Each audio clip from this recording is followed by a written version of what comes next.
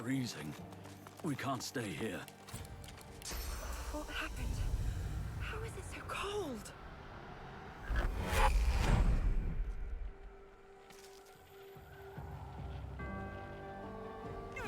My teeth won't stop chattering. We need to get back to warmth. Darling, It's too cold here. you're all right.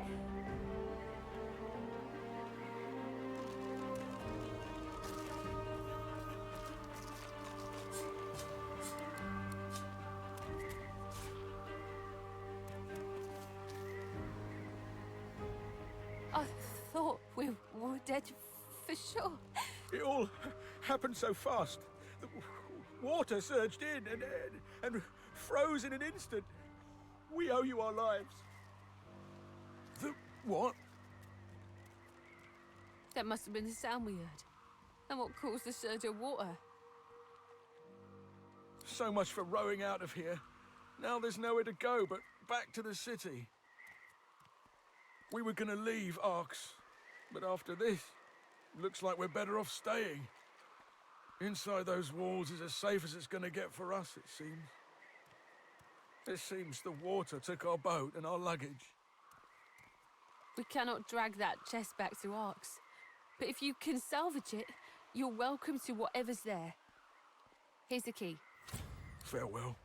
Take care of yourself.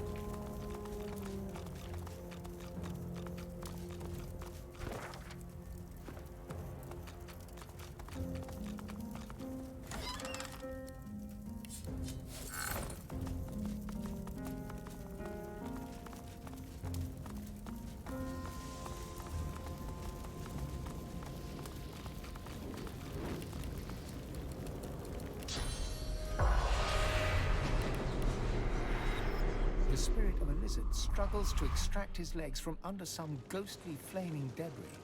There's a loud crack from overhead. He throws his hands up to shield himself.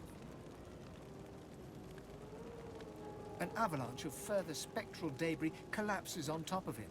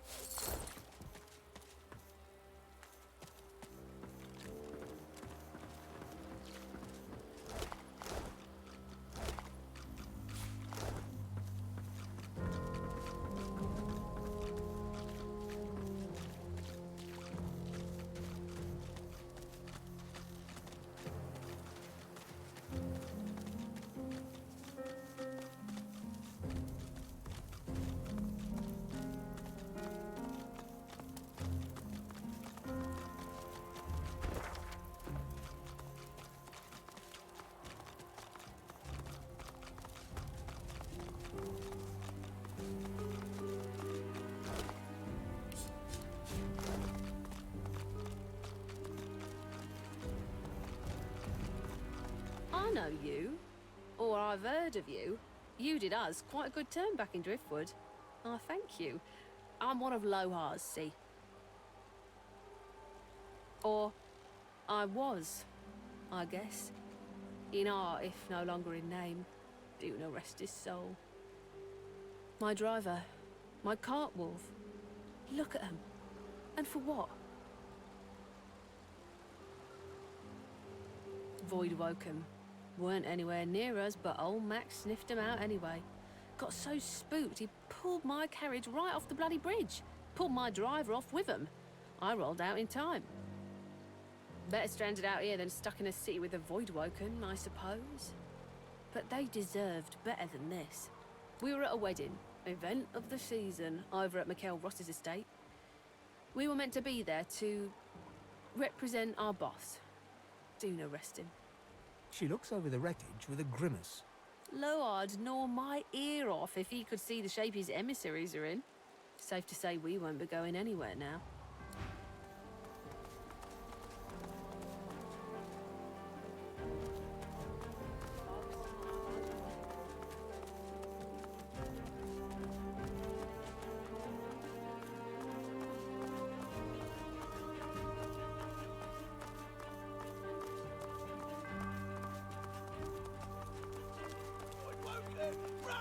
Seems the life expectancy of Magisters gets shorter and shorter.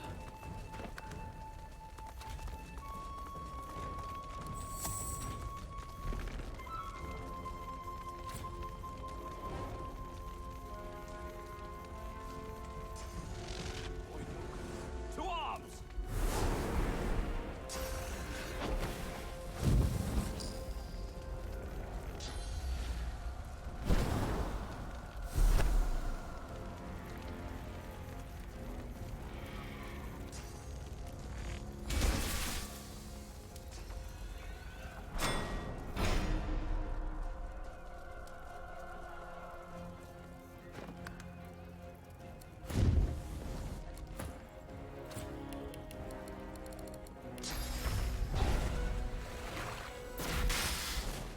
Do not fall amid the fray, paladins! Face them to the last!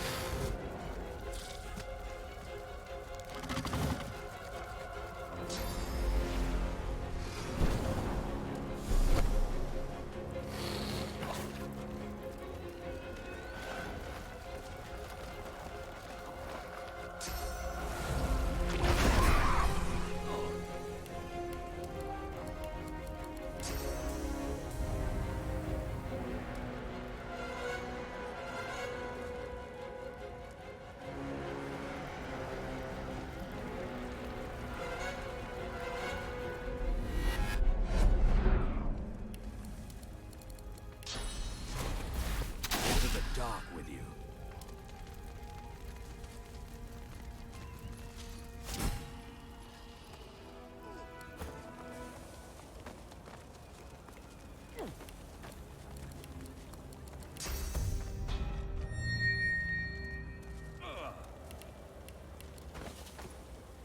You! I read about you.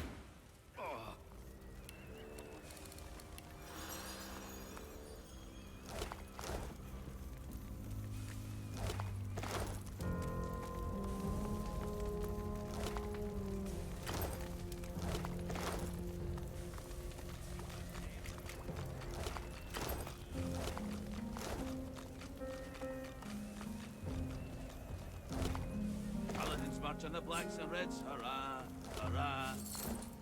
Oust the traitors from their beds, hurrah, hurrah. By Lucian's blade we shall prevail. We'll earn the right to sing them.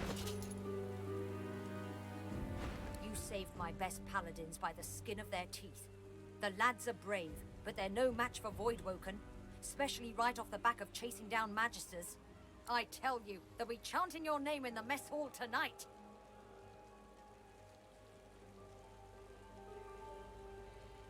Could be worse. At least Arx is now under the control of Lord Kem. After your communique, he instigated investigations into every Magister in the city.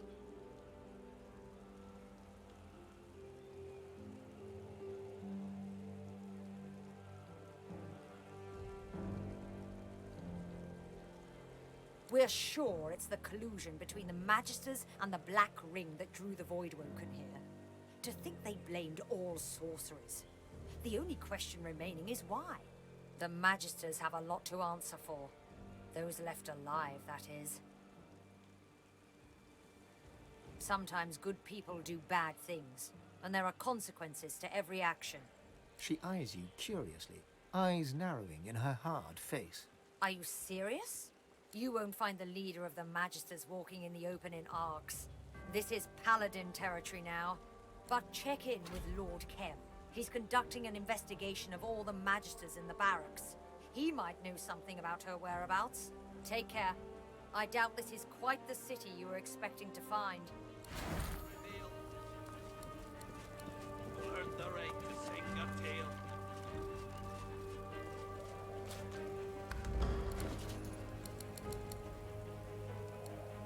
Paladins march on the blacks and reds, hurrah, hurrah. Oust the traitors from their beds, hurrah, hurrah. By Lucian's blade we shall prevail. We'll earn the right to sing a tale.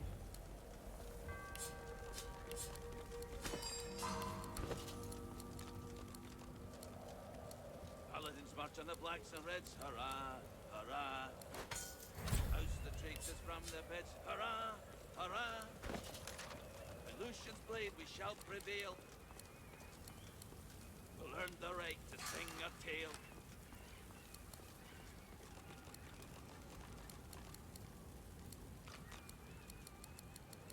Paladins march on the blacks and reds, hurrah, hurrah. Oust the traitors from their beds, hurrah, hurrah. By Lucian's blade we shall prevail. We'll earn the right to sing a tale.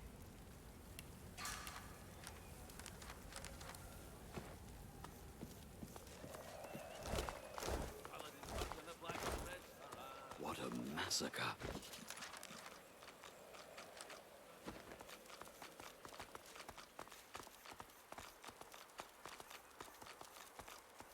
You killed the Voidwoken. You're a hell of a warrior, defeating the Voidwoken like that. Heard you saved our lad's life. This might be something. Hold here, Quercus. I need a moment with our friend. Shield, we are about to enter the belly of the beast. To cross a threshold past which there may be no hope of return. There's every chance the servants of the Great Acorn will skin you alive, frying your bones and boiling your eyes. You could suffer most terrible. I am getting to the point, Quercus. The point is, the path ahead is dangerous. I have watched you defeat monsters, villains, and a surprising number of inanimate objects. But your greatest challenge yet lies before you. The forces of evil will throw everything they have against us, but I need more time to finish my research. You have been a good shield and an excellent friend. Quercus and I both believe you can buy us the time we need. I know you. The world might be filled with murderous giants, but at least some of them are worth saving. Now, it will take more than Quercus's ferocity and my wit if you're going to survive. You need power, and I think I have just the thing.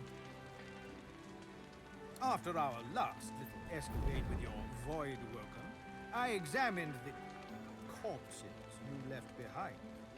They were imbued with dark power. Quercus believes, and I concur, that this magic can be used for light as well as darkness. Here, The squirrel lays his hand on you, and a strange feeling ripples through your body. A sense of power. Your mind opens to the possibilities of new magic. now, how do you think it feels, Quercus? Of course you do. What greater power could there be than knowledge? Granted, the recipe you know could be a little darker than what it used to be. It would harness the power of those that you've defeated. Grim. But if you need proof that grim arts can lead to marvelous things, you need only look at Quercus.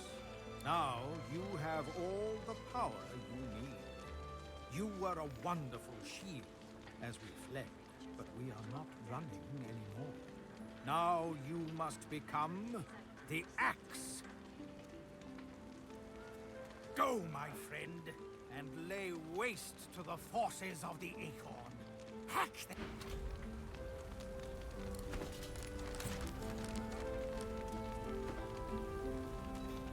The paladin wistfully hums a tune.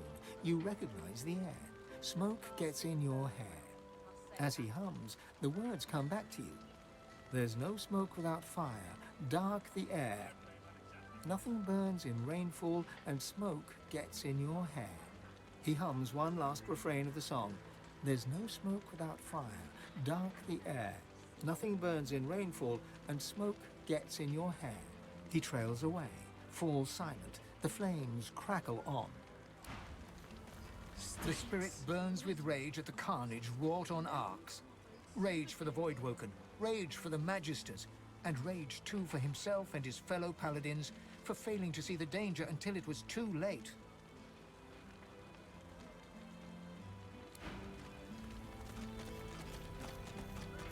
A young man works at a canvas, mounted on an easel. Smears of what must be red paint are evident on his hands and clothing. He's oblivious, in a daze as he paints. I didn't just see it, I witnessed it. Now I must preserve it upon canvas for the generations to come. He nods, a faraway expression on his face. The great schism of the Divine Order and the ruination of Arx. This will be my masterpiece. I usually only display completed works, but, well, this painting's raw power is already plain to see. Here, feast your eyes. He gestures to the canvas. It's completely covered in the same shade of red, layer after layer. It's sodden, dripping onto the cobbles. You see it. You truly understand it. Oh, blessed be your vision, and sorrow upon the past that bestowed it upon you. Red is the only shade that matters. Life and death, true passion from within the artist. He tugs back the sleeve of his tunic to reveal a blood-soaked cloth bandage around his wrist. No, I must continue. What would my father say if he was still alive to see me now? He was the finest painter of his generation, and he used his own blood for his masterwork, the final panel of The Sacrifice of Lucian. Self-preservation is a petty concern. I must put the spiritual above the corporeal. I must finish. For the most part. A copy can be seen at the Great Cathedral, here in Arx. I visit frequently, for inspiration.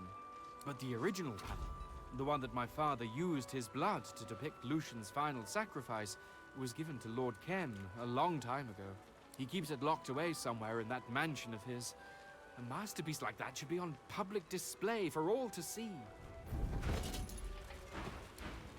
The spirit of an older man observes the nearby painter. He tut-tuts to himself. That poor boy is wasting his time, walking upon well-trodden paths. I thought I raised him better than that. Did you tell him what you thought of his little picture? Unfortunate, isn't it? He isn't without talent, but he never overcame the fact that he was my son.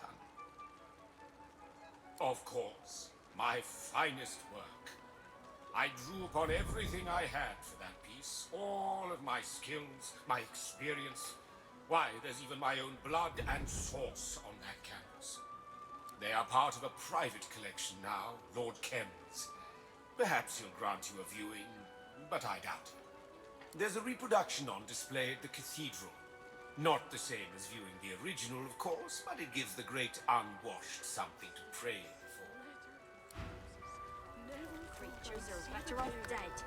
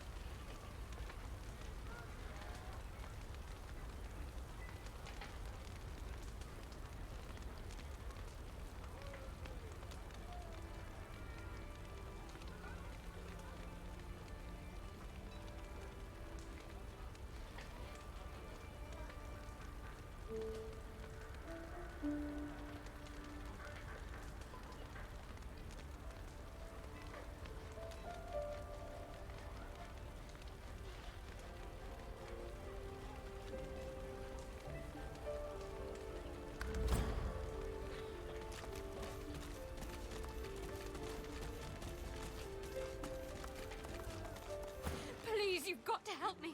My wife, they want to kill her. She didn't do anything wrong. She was just trying to save lives, but no one will listen. You have to help. Please. Lucian's love.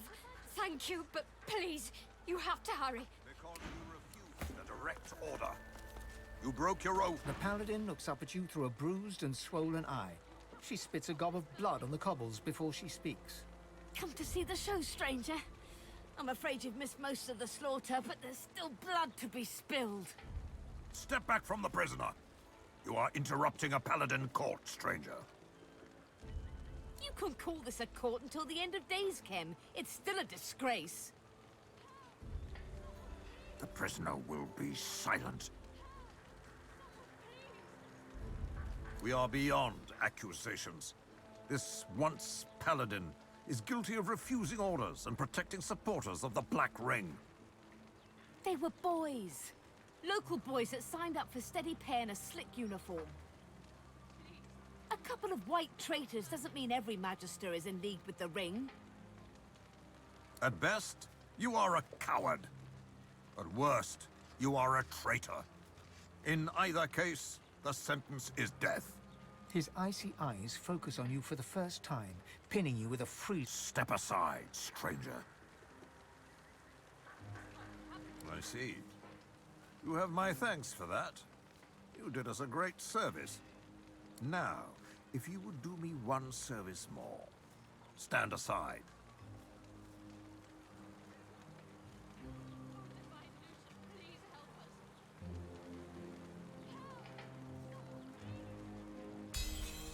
A seeker? How do you... This is... unforeseen. Very well. Perhaps we would be wiser to wait. She shall not die today. The Paladin looks at you as Kem turns away and silently mouths thank you. Find a cell for her. And the rest of you have your duty. Oh, by the Divine, thank you. I'll never forget this kindness.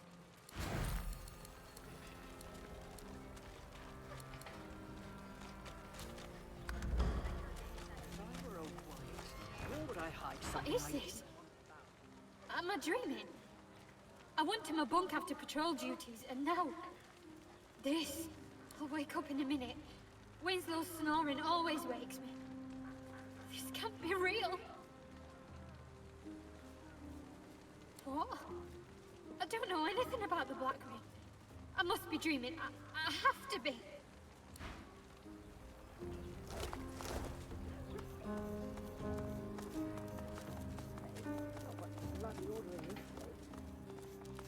If I were white, where would I hide something I didn't want found?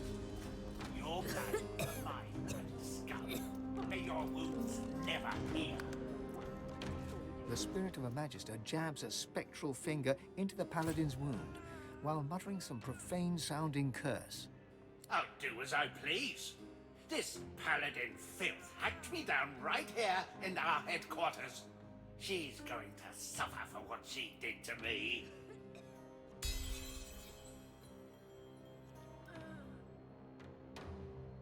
The spirit thinks for a moment, then moves back from the Paladin. Very well. I am done with this world. Last. Thank you. Here, I found this on one of the Magisters. It looks valuable. Take it, with my thanks.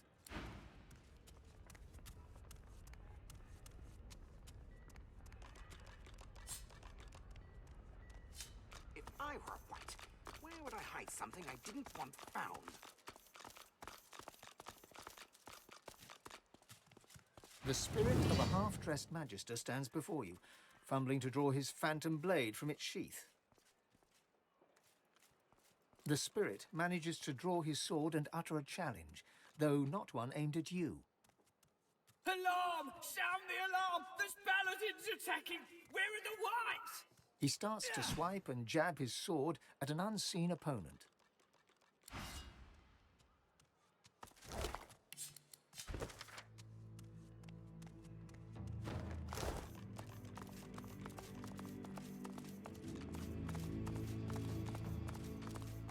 The spirit of a Magister lingers nearby, scowling at the damage that's been dealt to the premises. Look at this! Just look at this! Our barracks ransacked by our own brothers in arms, and my sworn Magister comrades murdered by them!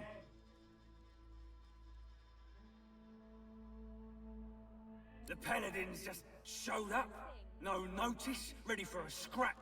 They claimed we were traitors and were plotting with the Black Ring. Lunatics, a lot of them.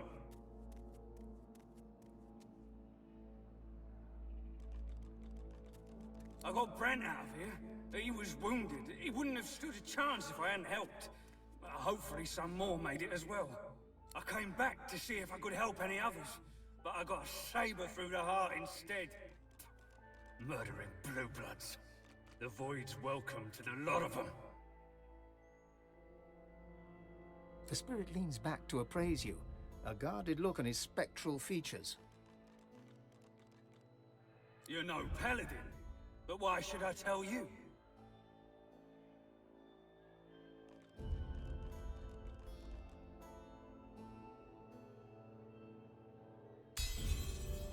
Fine. Just check in on him for me, will you? There's a spot around the back, at the bottom of an embankment, where a culvert drains into the river. I lowered him down there, where the paladins likely wouldn't see him. He was bleeding like a stuck pig, though. I don't know if he made it. What's this? I found something. Fasten tight. If anything important here, the Whites must have surely taken it.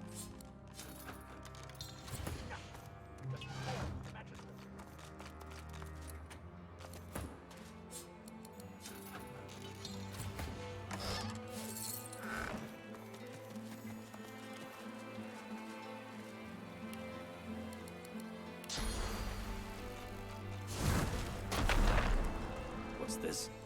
I found something. The spirit of a Magister stands before you. He has one hand pressed to his abdomen. Silvery spectral blood oozes from between his fingers.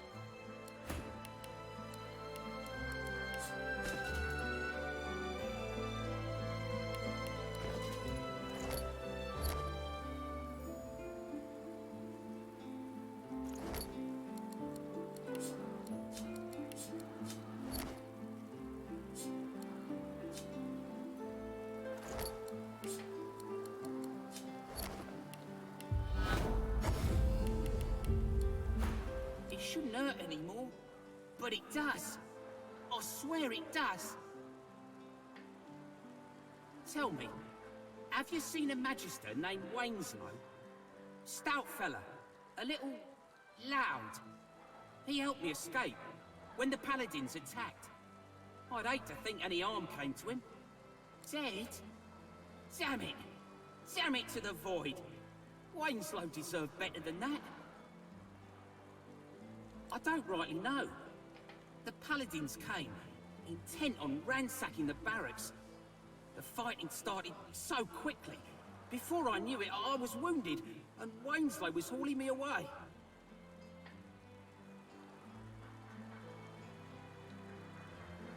He said he'd come back soon, and we could escape into the sewers. But that was the last I saw of him. Wainslow and I came across it while we were looking into some inmates who went missing from the prison.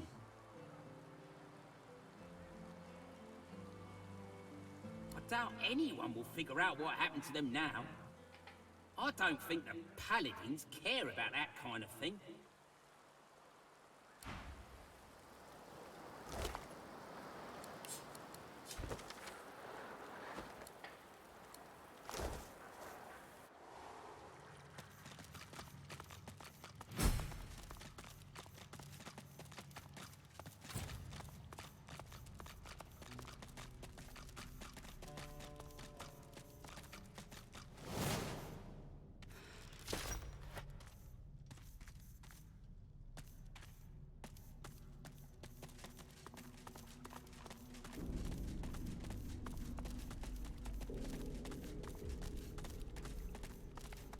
Careful. I should neutralize this thing before it does damage.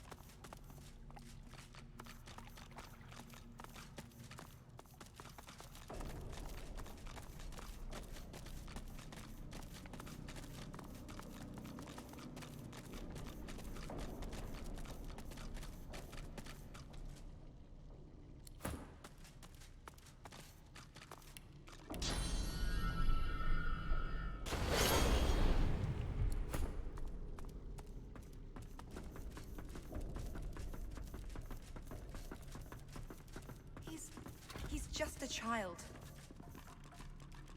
Looks it, yes. But I sense something more. Something sinister. Warmest of greetings to you, friend.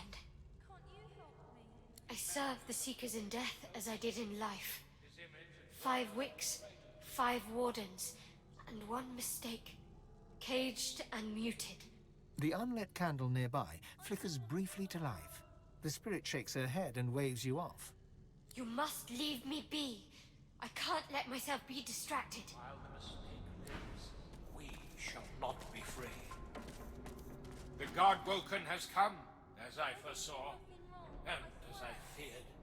The Seekers have suffered enough for their mistake. For them, for us, turn and go. There can be great goodness in doing exactly nothing. Remember this.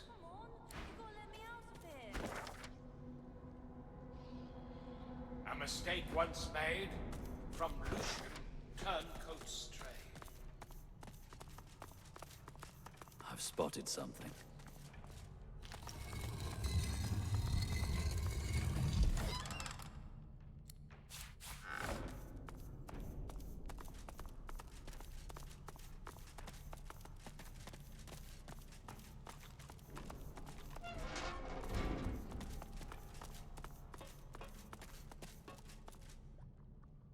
Nailed shut. They won't budge.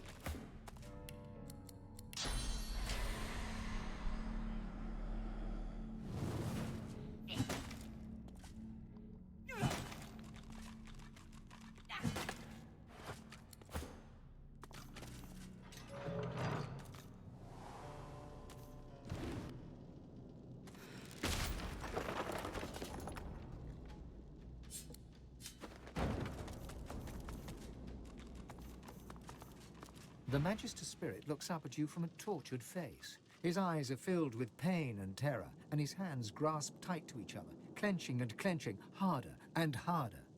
In this dingy hole, to end my days, here, where I once toiled, but oh how I prayed for an end, at the end.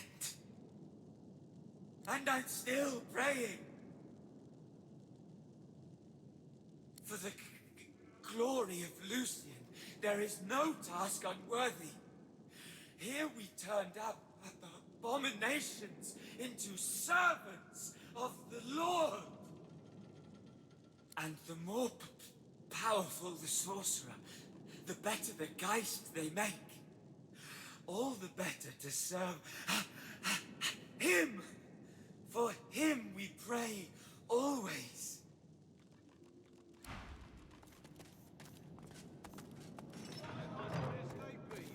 We would have noticed.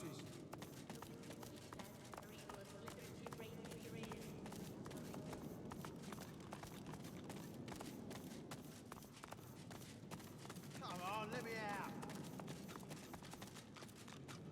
Well, hello again. Welcome to my very, very humble abode. Guess I heard it too. The man has some curious ideas about what constitutes treason. I refuse to raise a hand against fellow members of the Divine Order. Refuse to buy into Kem's lie that they're all Black Ring puppets. Tension? How quaint. That hatred has been simmering for years. The Paladins see the Magisters as a threat to their order. Pig farmers leading lords, as they say. But now that some white Magisters have been found colluding with the Black Ring, now that Kem has his excuse, it's war. Kem's always been a hard man. His steel was forged in the war with the Black Ring. But recently there's something else. He's turned cold. Not cruel, exactly, just harsh. Dispassionate to a fault. They say it's the Void Woken, that he's too worried about Rivellon to worry about people. Maybe that's it. Or maybe years of fighting finally broke him. Your guess is as good as mine. Although, I've heard whispers. There are places in Kem's mansion that nobody goes but him. One has to wonder what he gets up to. It's not just the city. The Divine Order is coming undone at the seams. There's never been much love lost between the Paladins and the Magisters, but this... brawling in the streets... it will be the end of us all. Too many Paladins from noble families, and too many Magisters that started as working folk. Of course, the Paladins were the first recruits of Lucian. So, many saw the Magisters rising through the ranks as a threat to their order. Pig farm. But now that some white Magisters have been found colluding with the Black Ring, I'll see you at...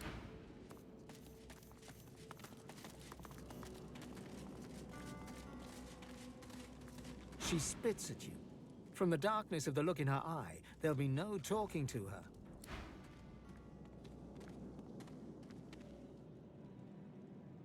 Piss off, Paladin scum. Why, what'll you do? Kill my friends and lock me up? Go and die. This ain't fair, let me out!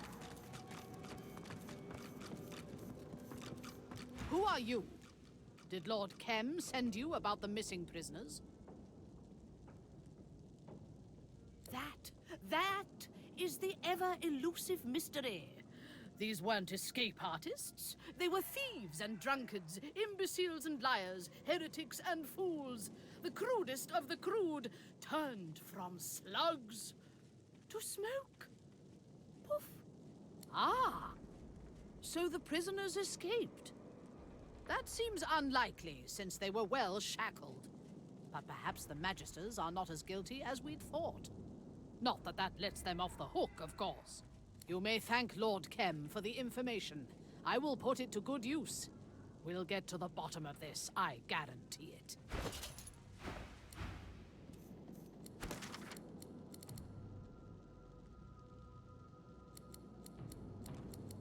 Where are all the prisoners? Where did they go?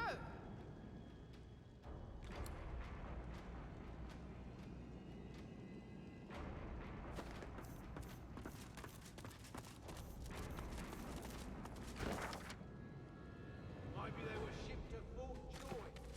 This ain't fair, let me out! Not according to this. Besides, they weren't sorcerers.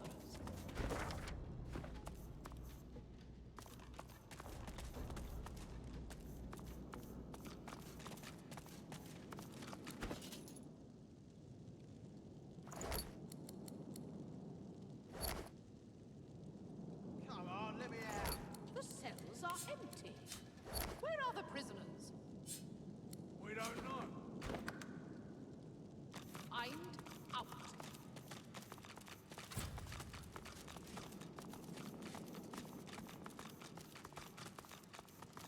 Maybe. I guess the Lawmaster will figure it out. This way's off limits. Stay back. It's for your own good. Her voice freezes into a harsh whisper. I say she's a demon. Damn right. Lucian spoke of creatures like this Windigo. They spread their black magic to our children with songs and stories. Makes me sick. Our little ones, tools of demons. You know this trickster?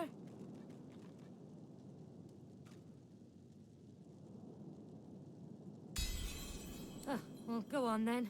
Probably doesn't matter who breaks her, so long as she gets broken. Just keep your head on straight. She'll try to make nice. Creep into your thoughts. Keep her out of there, all right?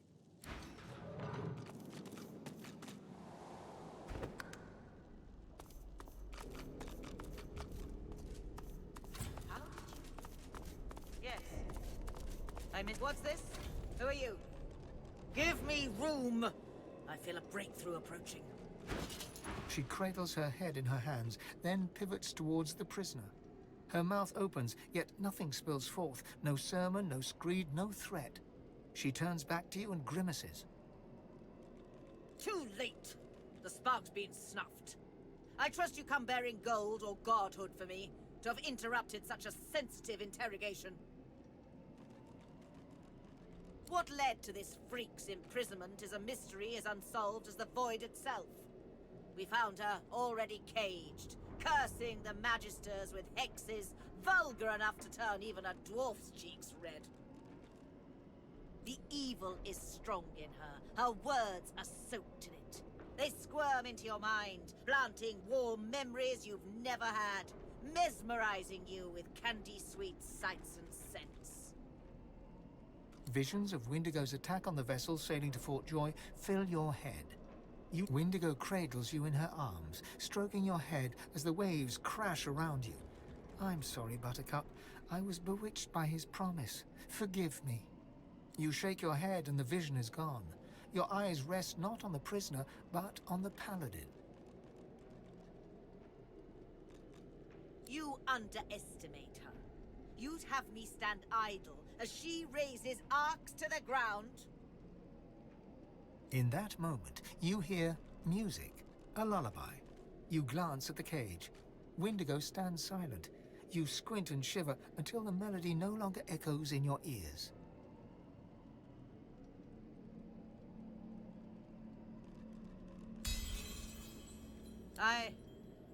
I understand. Perhaps you are as dangerous to her as she is to us. There can be no success without risk. I will give you the space you need, then. May Lucian be your guide. Things are under control.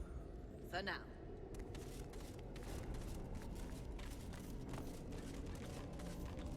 You step up to the cell to look at the skeleton you know to be Windigo. The barrier mutes her source, but it isn't her source you fear, but something more, a shadow. She says nothing, but you still hear her words. An unexpected pleasure. For both of us, I'm sure. She looks to the nearby device, and an urge engulfs you. An urge to power down the device to release Windigo from her cell.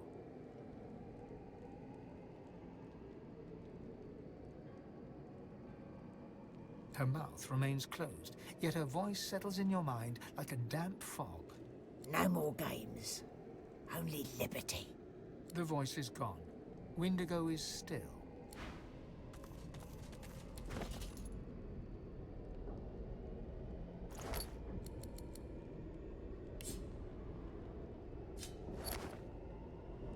You reach your hand towards the device, and your inner source is stifled, as if you'd never rid yourself of that cursed collar.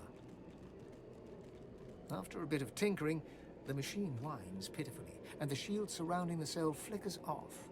Come to me, sweet. She steps forward, slowly but confidently. She holds out her hands, bony palms up. They emit no fire, no ice, no curse. The God King no longer grants me his favor. Mask ripped from me and flesh flayed to bone, because the Godwoken still walks Rivellon. Now he's chosen another. I should hate you for what you've done to me. Hate you for the hell I've lived. But I hate him so much more. He loved me when I was useful. He cast me out when you failed to die. Go to the new chosen. See that he suffers. See that the God King suffers. In your name and in mine. The Covenant, it sounded so beautiful. Eternity right there at my fingertips. Yet it's all a lie. There is no grand reward, no enduring prosperity. Just slavery within the void. The rule of a hellish hand. I was so naive. The God King told me I was special. He came close, and then closer still. Hearing him, feeling him, it was like crashing over a cliff and having him catch me over and over. I failed him. You just wouldn't die. Of all his punishments, the harshest was the emptiness, the lack of him. I thought if I could just regain his affection, I might taste it again. Linderkem. The God King's current beloved. No more skin in his real bones than on a peeled jackfruit. And it is not only his ear the God King whispers into. The dwarf called Isbel. She bends to the king's every whim. If you want to get to the God King, you go through Lindercam.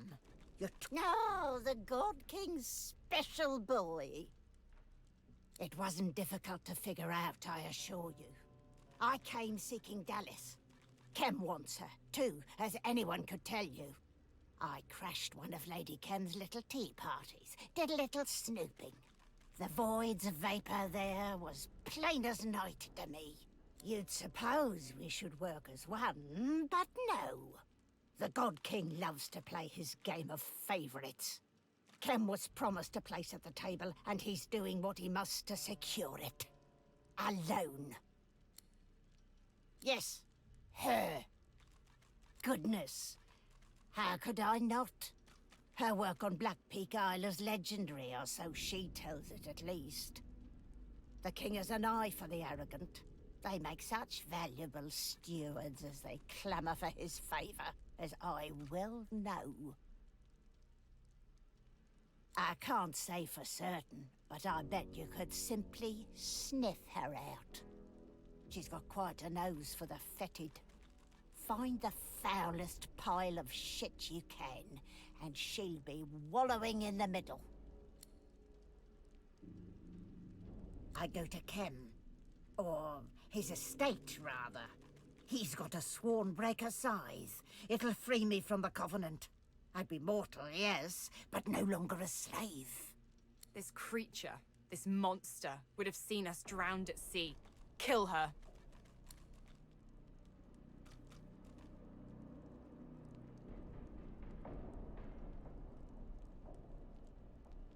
Consider me moved, Godwoken.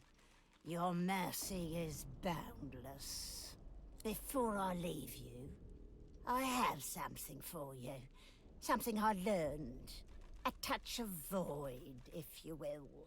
And now I break his shackles and end this misery. No goodbye has ever been sweeter.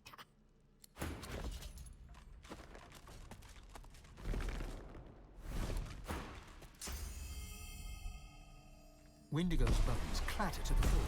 She is free to enter the hall, free of the God King's shackles. You hear a voice echoing within you, Windigo's voice. I am me, and only me. The next move is yours, Godwoken. Her that failed her lord. It was her lord that failed her. Good for her. We should all be so free to sever the ties that bind. Windigo's spirit quakes. She is no longer the arrogant banshee that summoned a kraken and brought down a Magister vessel, but a fearful child bracing for parental punishment.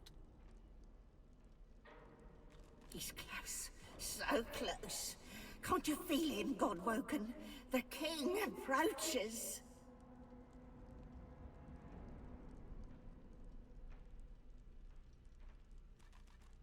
A moment of silence passes, and then Windigo's scream splits the air. He's tearing away my soul, Godwoken. Cast me to the void if you must, but do not let him take me. Windigo's spirit flutters and writhes. Your skull squeezes tight, and your throat burns with fire, but the substance of her being is nearly yours. Your head shrieks as if split in two, as the God King severs your link to the spirit. Windigo looks to you in horror as the king seizes his property and collects on her promise.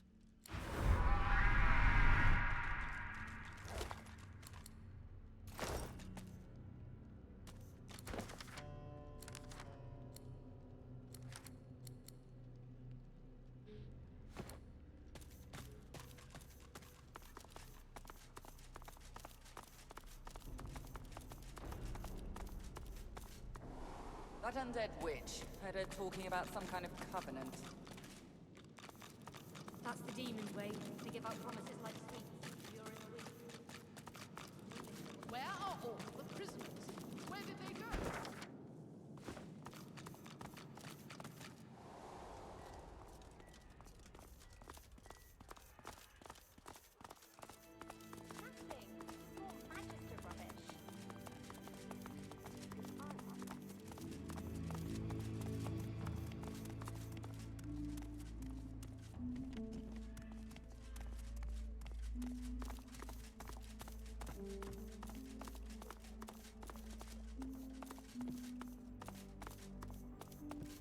It was you who sent us the War Owl.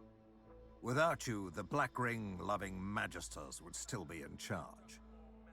I suppose you have earned the right to involve yourself in Paladin business. Just this once. All this is thanks to you, you know. If we hadn't found out what the Whites were doing in the Black Pits, we wouldn't have known that they had to be stopped. I am in your debt.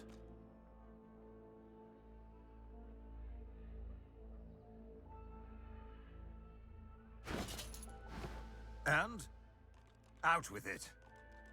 Kem's eyes turn very, very dark.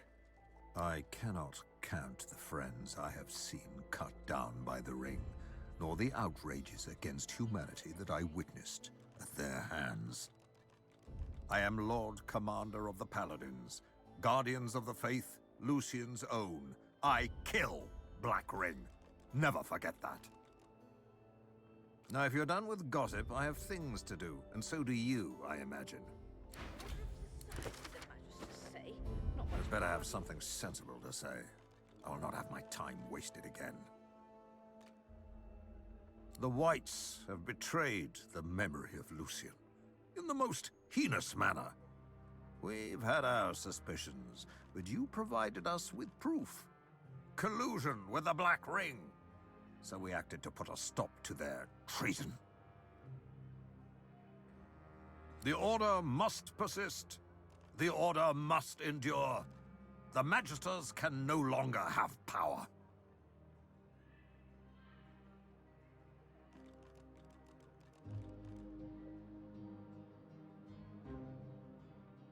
She disobeyed orders. She knew the consequences. I expect she shall receive justice. The Lord Dread lies in the harbor, but the hammer isn't aboard. Nor is she among the piles of Magister bodies.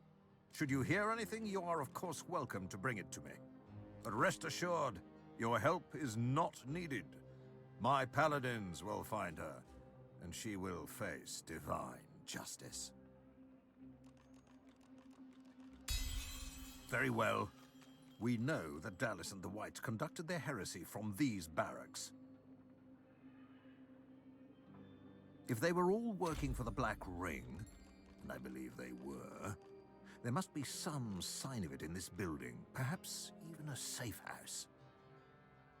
We don't have much yet, but we will tear down every brick until we find their wretched hiding hole, and then we'll haul Dallis into the light.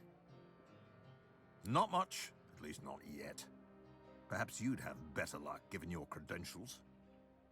White Magister Raymond was here with his cabal as the fighting began. If we find him, we will find Dallis. They must have left some clue as they ran. Something that will lead us to their secret little den. Find it! I know he is a toad, a hopping little creature that follows Dallis wherever she leads. He is cruel. And given that he was not cut down with the rest of his men, cowardly. I don't know what rock he's hiding under, but he will be found. I pray it helps. Voidwoken at one gate and the Black Ring at the other. We need to stop this madness. Do you need anything more? Enjoy the city, won't you? Arx is wonderful at this time of year.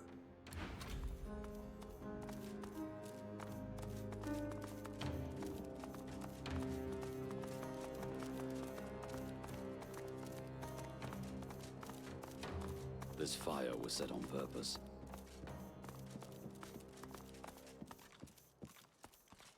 The plaque reads, Purity of Mind. Engraved on the plaque are the words, Discipline of Body.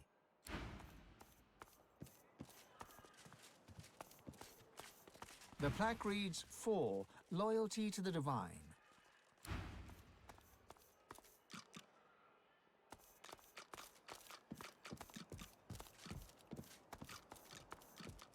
The plaque reads, 2, Order of Society.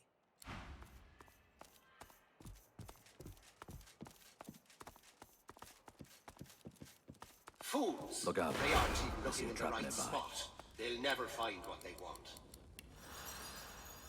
What's this then? The Paladins resorting to bringing in outsiders to try and decipher my work. He sneers at you. His spectral form bears impressions of severe burn injuries. No matter. You'll fail just like them. I was the High Cryptographer for the entire Magister Order. Do you think I rose to that position by spilling the secrets of my trade to the first? Coded letters, passwords, security measures, all my creation.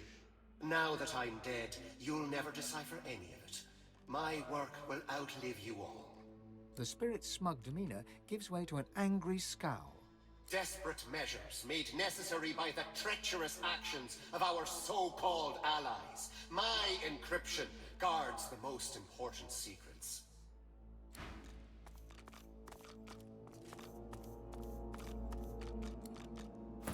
I've spotted something.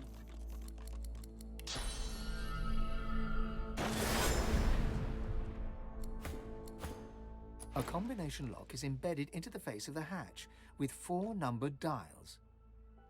The hatch is firmly locked. A sequence of numbers has been engraved on the face of the mechanism. 1324. Below this are 4 dials. Each of the 4 dials bears 4 phrases that can be rotated into place. The first dial must be set. The mechanism clicks. The second dial has the same 4 phrases to select from. The mechanism clicks once again. The third dial bears the same options as before. Another click. One last dial remains, with the same phrases as all the others. The final dial clicks. Then, deeper within the mechanism, the sound of gears turning and a bolt withdrawing. The hatch yields, clicking open. No, it can't be. You cheated. Someone worked hard to keep this place secret.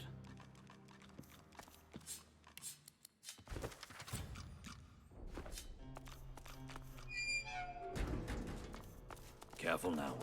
That's a trap.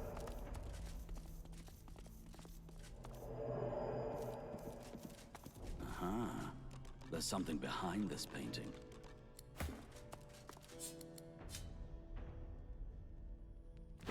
More Magister trickery. They must have many secrets to go to all these lengths. Look out. I see a trap nearby. Careful. I've spotted a trap. Aha. There's something behind this painting.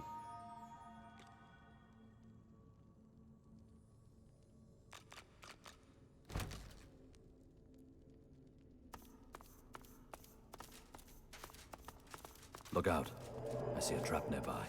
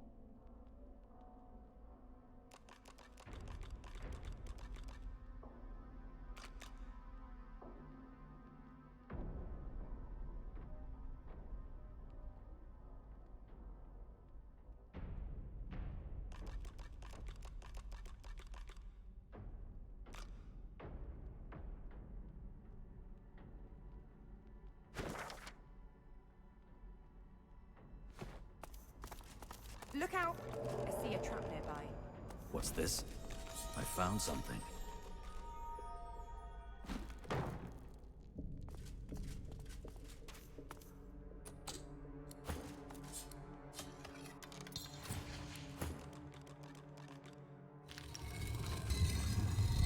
Careful now.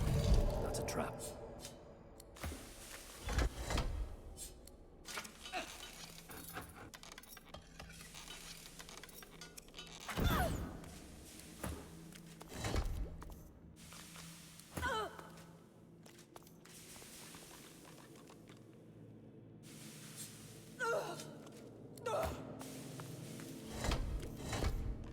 You are no Magister, no Paladin either. Resourceful of you to breach our inner circle. I'm sure Marwell must be fuming. Tell me, does Arx still stand? Lately, I was investigating possible threats to Arx. My inquiries led me to suspect that a Dwarven enclave was planning something significant from within the city's sewers.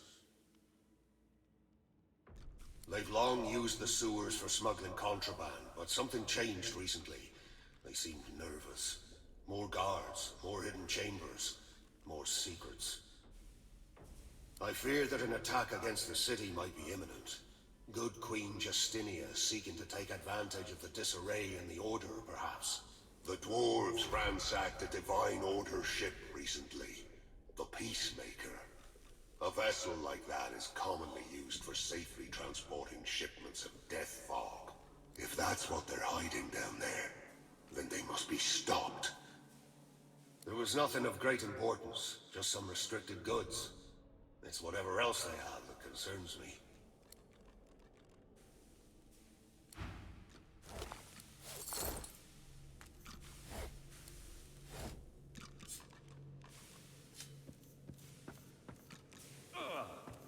Careful now.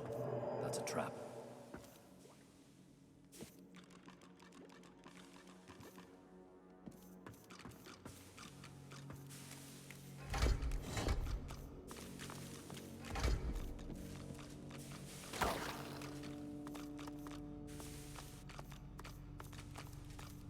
Look out. I see a trap nearby.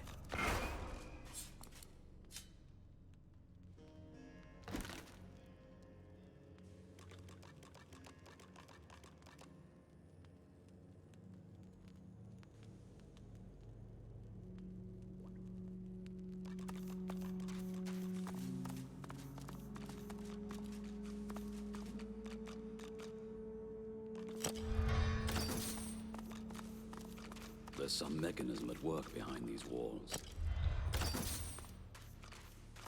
There's some mechanism at work behind these walls.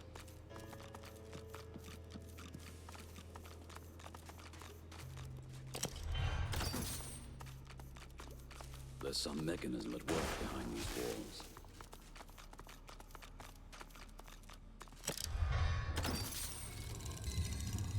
Look out. I see a trap nearby. That did the trick by the sound of it.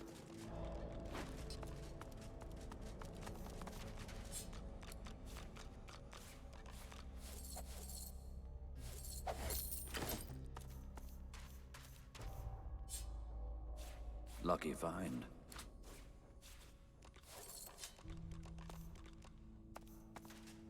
Fasten tight.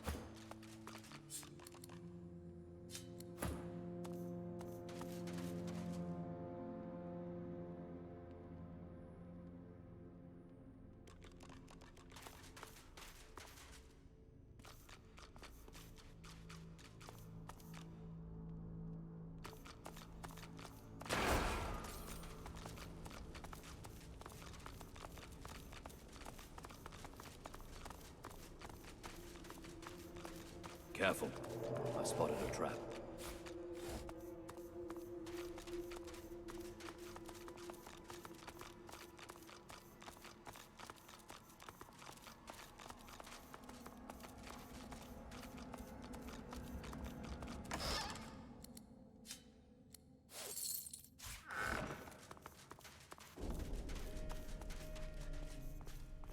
So much effort to maintain secrecy. What are the Magisters hiding?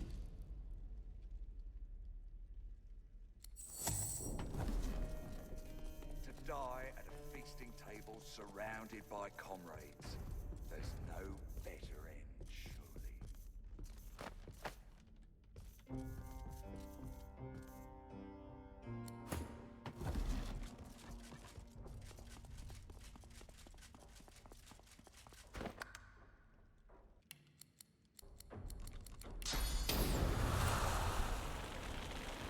God-woken. Guests lurking about, it seems.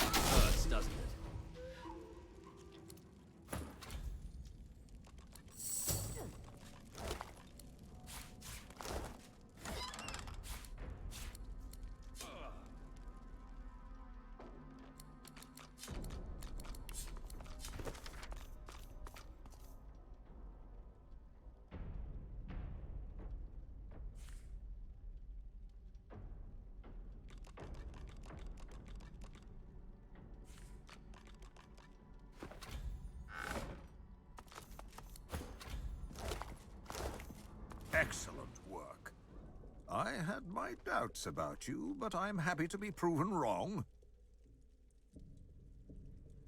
Kem looks about, then returns his eyes to you and gives you an imperious nod.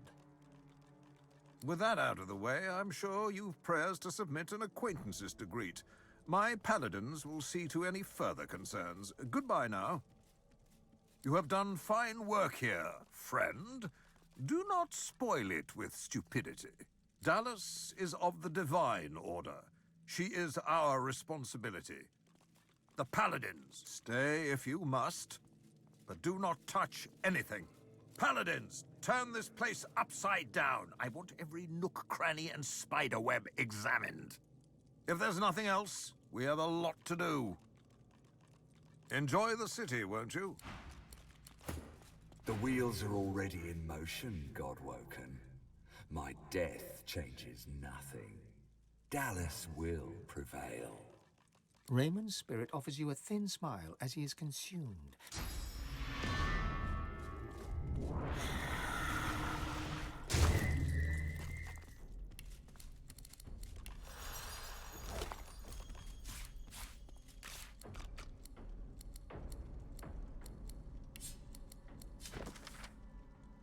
If a single scrap of parchment with Raymond's name on it, I want it brought here. The spirit of a Magister stares at you with undisguised venom. Your time is over, Godwoken.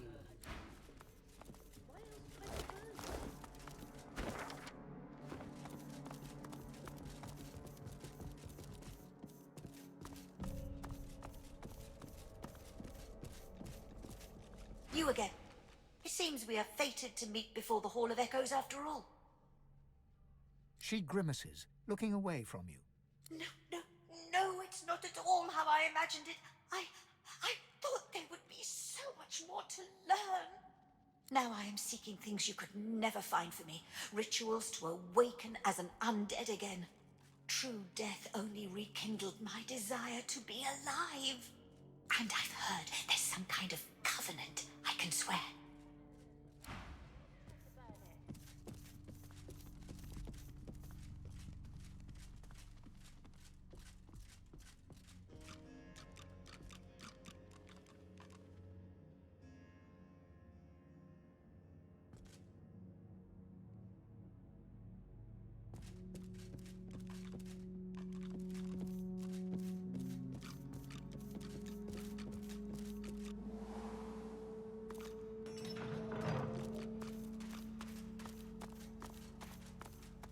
Under lock and key.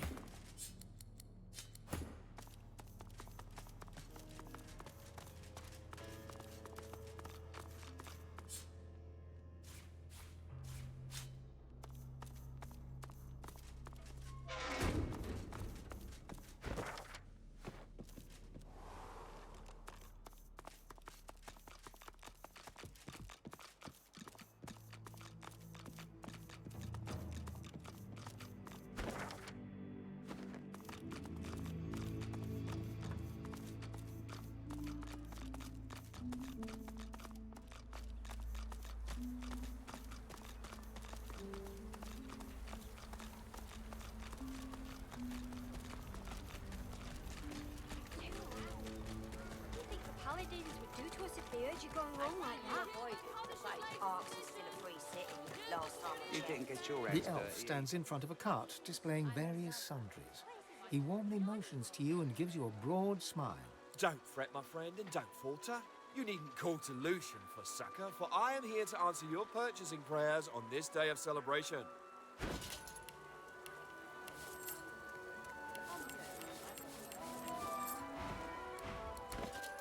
I welcome newcomers and natives alike. We shall trade. We shall talk.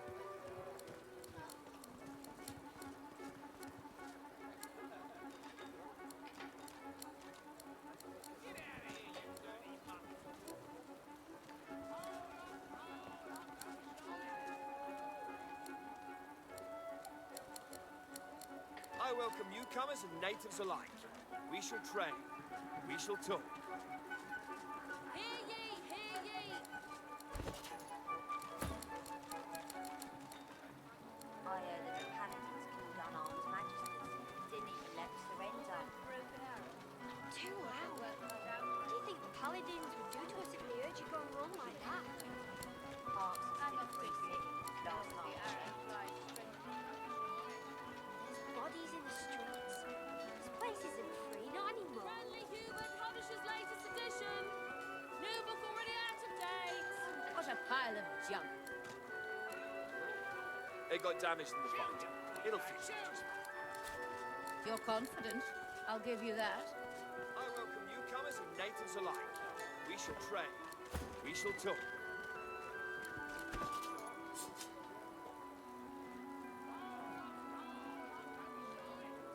Suspect in Alexander Manor found dead in I heard that the paladins killed unarmed magisters. Didn't even let them surrender. Too loud. What do you think the paladins would do to us if they heard you going wrong like that? Arks is still a free city. Last time I checked. There's bodies in the streets. This place isn't free, not anymore. I serve all who seek aid, sir. Hear ye, hear ye. All those broken arrows. I heard that the paladins killed unarmed magisters. Didn't even let them surrender. Too loud. What do you think the paladins would do to us if they heard you going wrong like that? I welcome newcomers and natives alike. Last time I We checked. shall trade. We shall talk. There's bodies in the streets. This What place a isn't pile of free, not junk. anymore. It got damaged in the fight. It'll fix up just fine. People respond. You're confident. I'll give you that.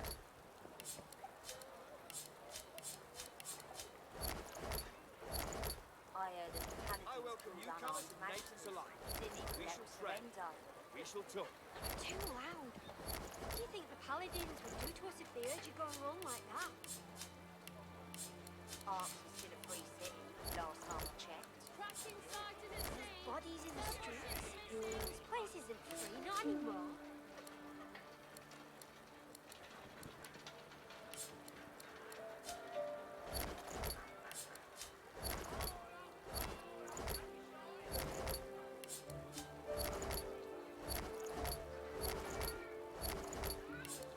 All those broken arrows. You've got your work cut out. Hear ye, hear ye. I'm not picky. I welcome newcomers and natives alike. We shall trade. I serve all who seek aid, sir.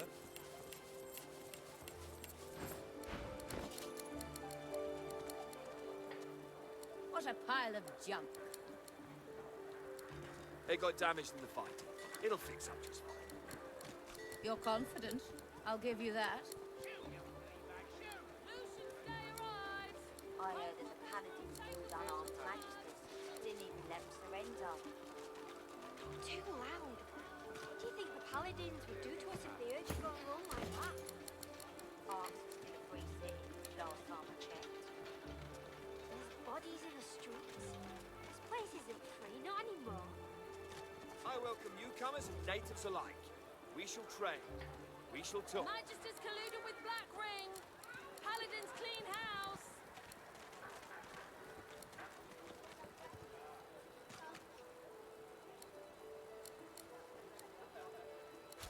I welcome newcomers and natives alike. We shall trade. We shall talk. Broken arrow. You've got your work cut out. Some are still good. What you looking for? Get out of here, you dirty mutt. I'm not picky. I heard that the Along with the paladins arrow killed flies unarmed straight. magisters. Didn't even let them Hear surrender. ye, hear ye. Too loud. What do you think the paladins would do to us if they heard you going wrong like that? What a pile of junk. Arks is still a free city. It got damaged in the fight. It'll fix up just fine. There's You're bodies in the confident. streets. I'll give you that. This place isn't free, not anymore.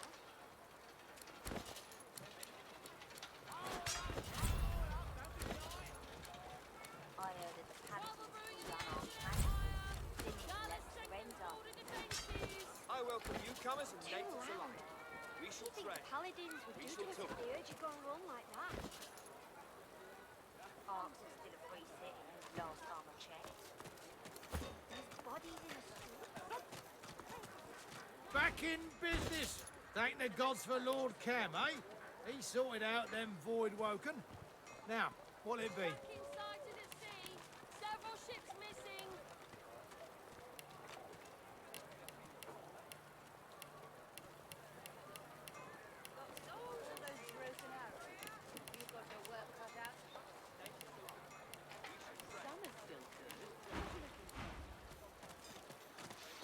I'm not picky, so long as the Oh, arrow flies yes. The straight. town is all a twitter over your escapades at the gate. It's the perfect time to replace the hunting supplies you've lost, yes?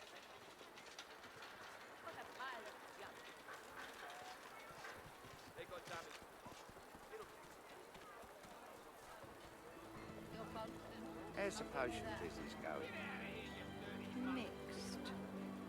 Very funny. Nature provides.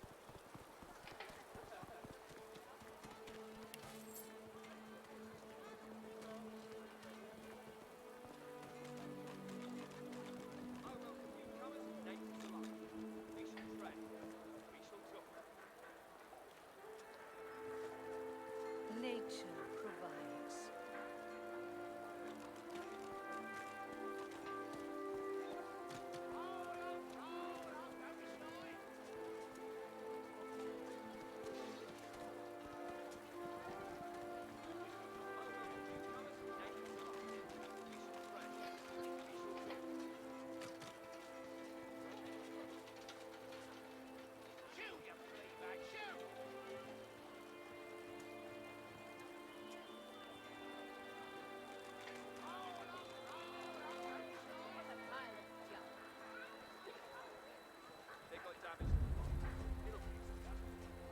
Nature provides. You're confident. I'll give you that.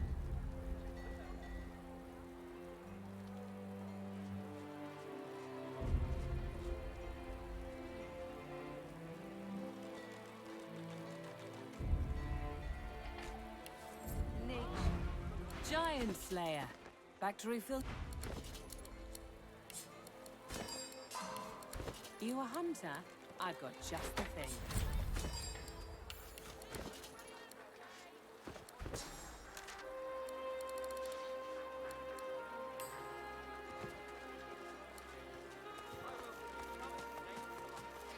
Look, by all means, but do not touch the merchandise. Human skin's impure oils may taint even the least delicate of my herbs and tinctures.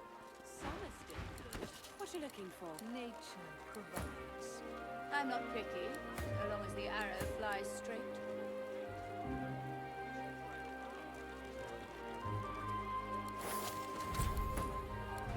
Hunters, I've got the wares you need. Nature provides. How's the potion business going? Mixed. Very funny.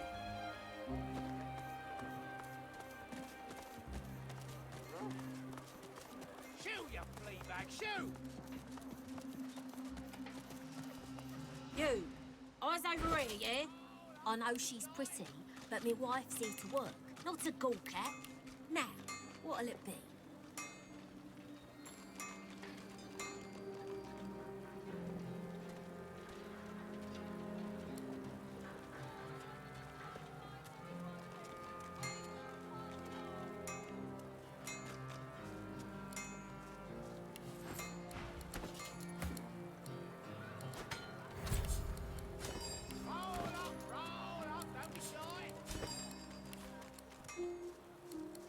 Get yourself geared up.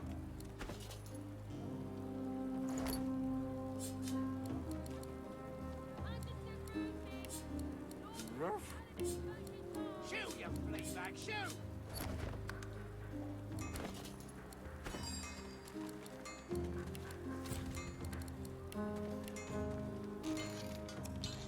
Business must be booming for you, all them broken weapons. Dead magisters don't tend to buy weapons. Still, the paladins. Get to it or get moving. It's the busiest day of the year.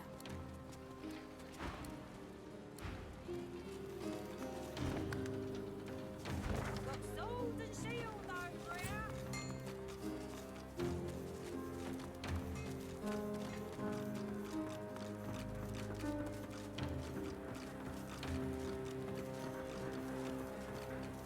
The man glowers from under his hood.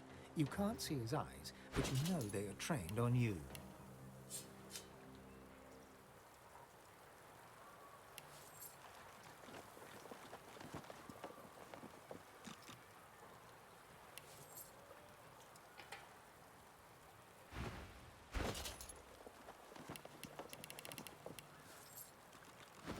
They call you a slayer of giants. If you strike from the shadows as effectively as you strike in the light, it's the best the Magisters.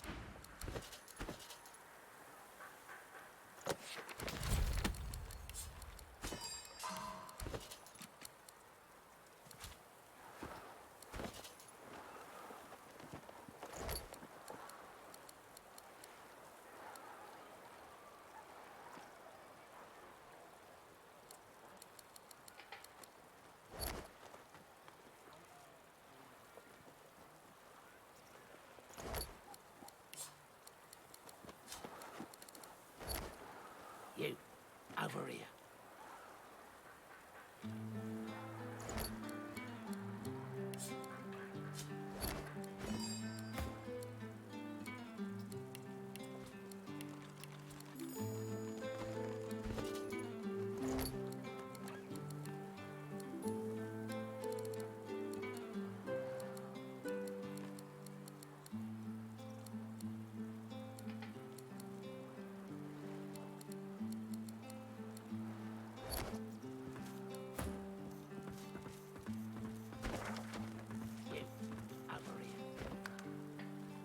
Not a minute's rest in this place.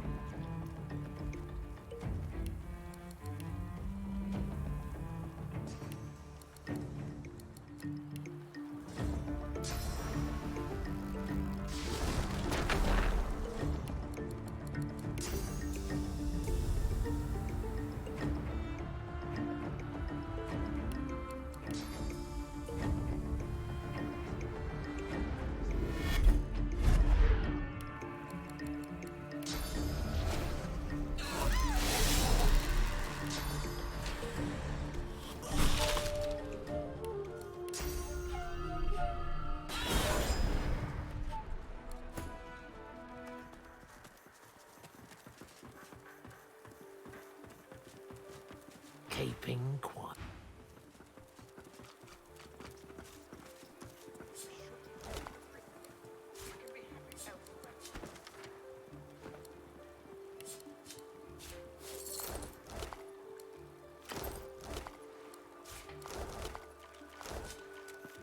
The spirit stares at you.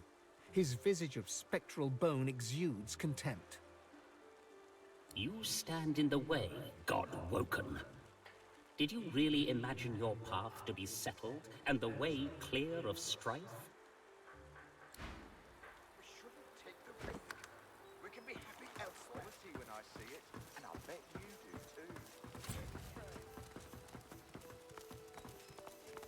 Foaming blood begins to gush from the eyes, mouths, noses, and ears of several bystanders. Their flesh melts away, revealing hellish figures beneath. You spilled the blood of the advocate. The doctor demands a reckoning.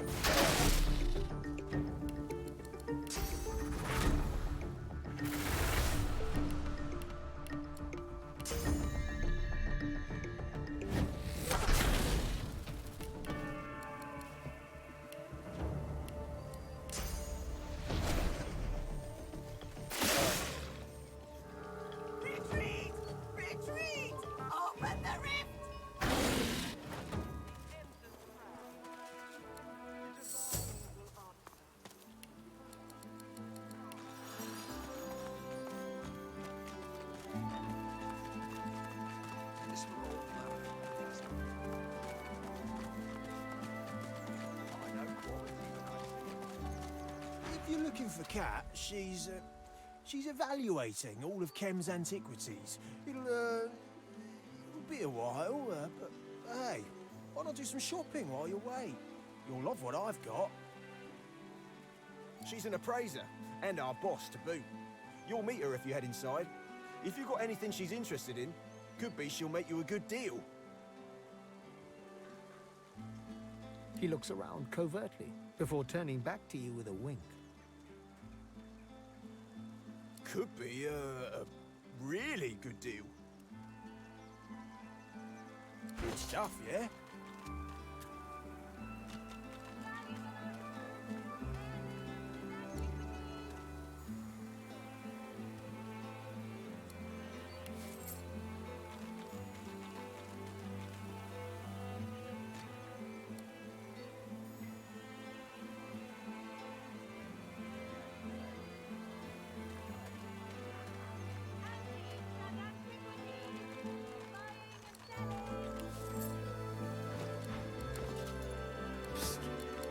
Buy some stuff. Sell some stuff.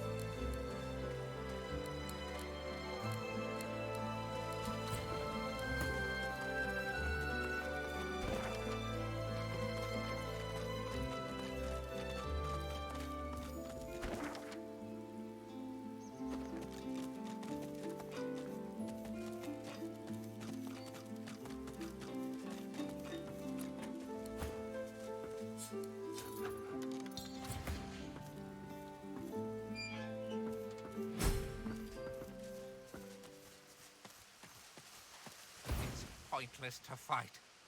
We will return stronger and more numerous.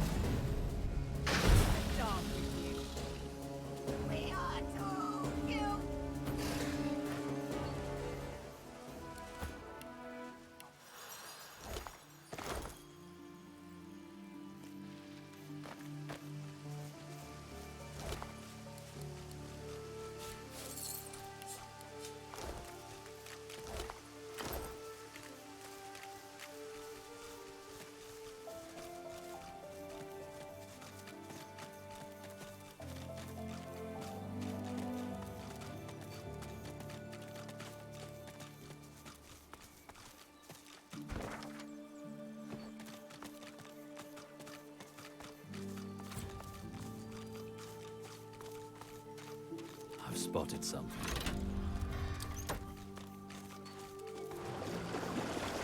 Now see what Kem was hiding. That's the water taken care of. But it looks like that hatch needs a key. Did you know Malady took... Of course. Told you I would, didn't I? Sure thing. I'll start hunting.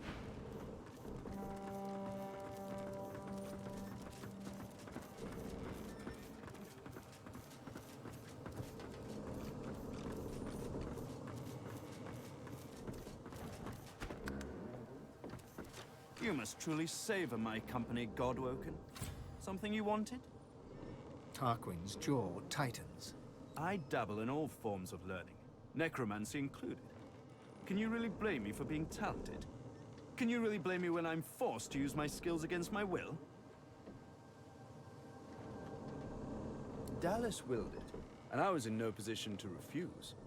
She wanted to use Brachus to sniff out the Aetherin, to use a tyrannical king as a personal bloodhound, so she could get her hands on the most powerful purging device the world's ever seen. She thinks she can control him. She is wrong. A creature like him will find a way to break his shackles. He must be eradicated. What could possibly best the greatest act of necromancy ever performed? Reversing it. That's what. Here, take Anathema and keep it close. Without it, you are nothing to Brachus. You must truly savor my company, Godwoken. Something you wanted?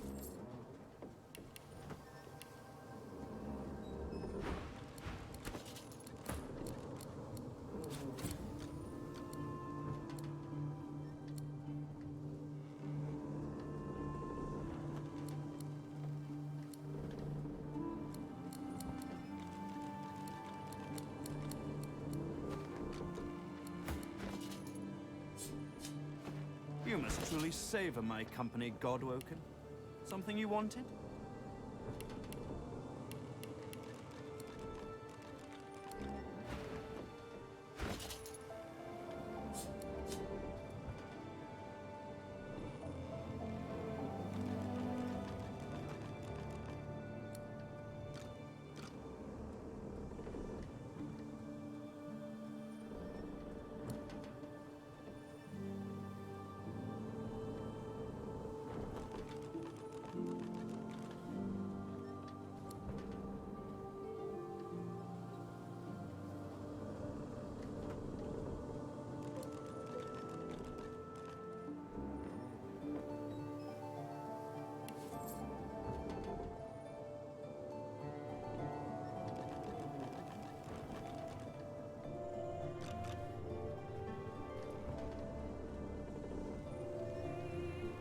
Whatever type of companion you need, I can provide.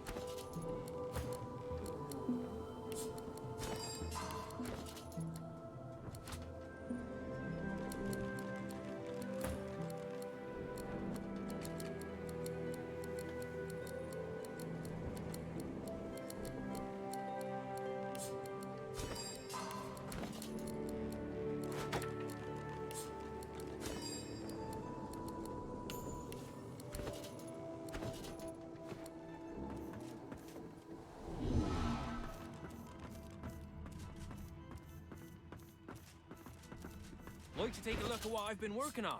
Go on.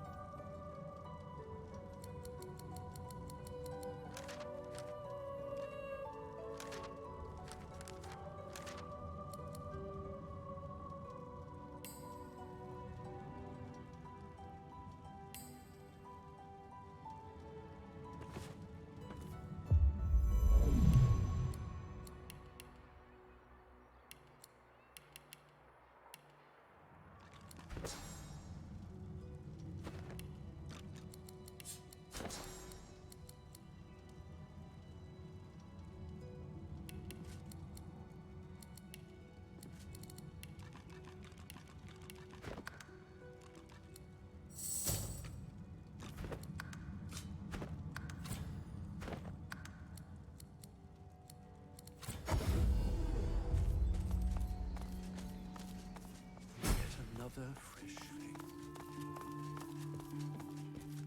Sir, can you hear me?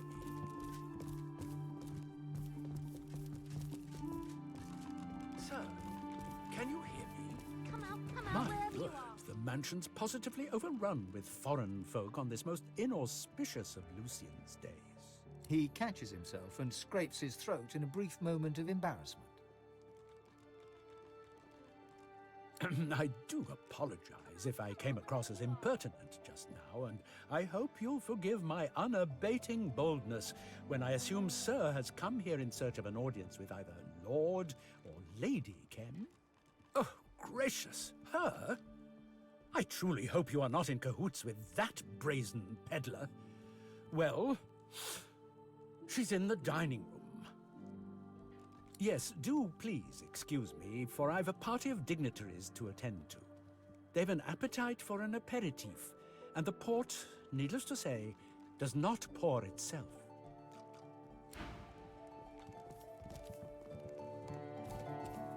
For heaven's sake, would you please... Oh, ever so sorry. I thought you were that rotten butler about to warn me once again to take the ocular, not the tactile approach. I swear I've a mind to beat him to death with the nearest dictionary I can find.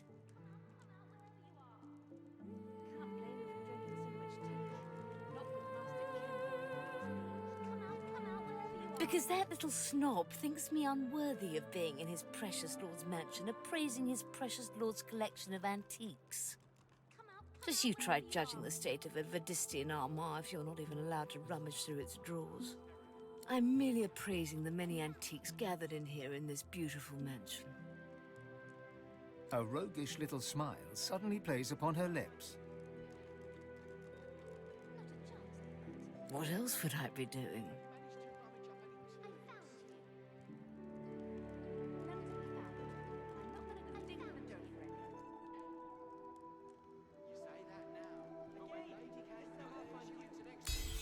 How very perceptive of you. I could use sharp eyes like that. Consider yourself invited.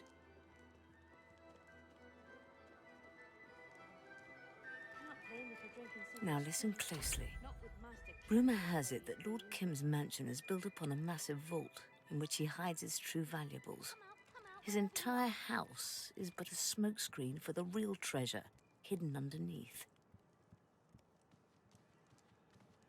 I've had no luck so far in locating this fabled vault, but if you do, I swear the entire hoard is yours. No questions asked.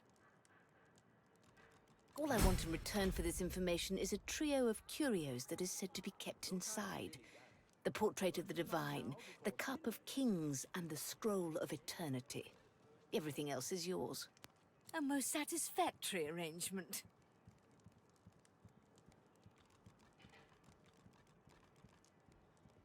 Highly interesting. Anything else?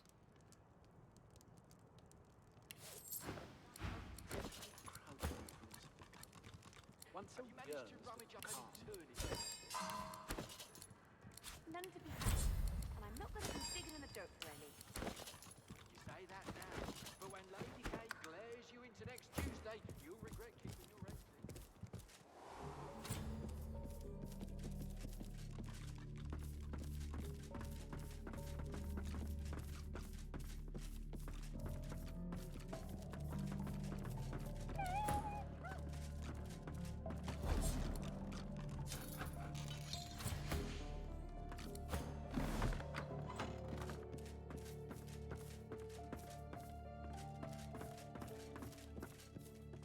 I've spotted something.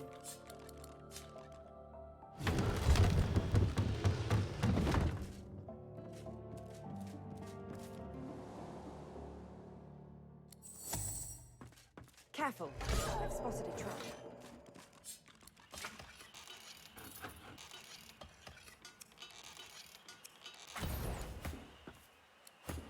Careful now. That's a trap.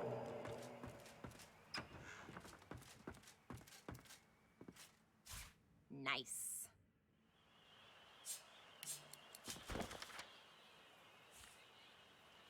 Looks like I'm the one who ended up being the target. Did Kem order the killing, or did he just confiscate this from someone else? Why would Lord Kem have a black ring mirror in his attic? Someone has taken a great interest in Dallas. The surface of the mirror is smooth and unblemished. Not a single speck of dust sits on the black glass. A vision appears. It wavers, then becomes clear. In the reddish light cast by flowing lava, you see a cave. You recognize it. This is the Sallow Man's cave. The roof has fallen in. Nothing there lives.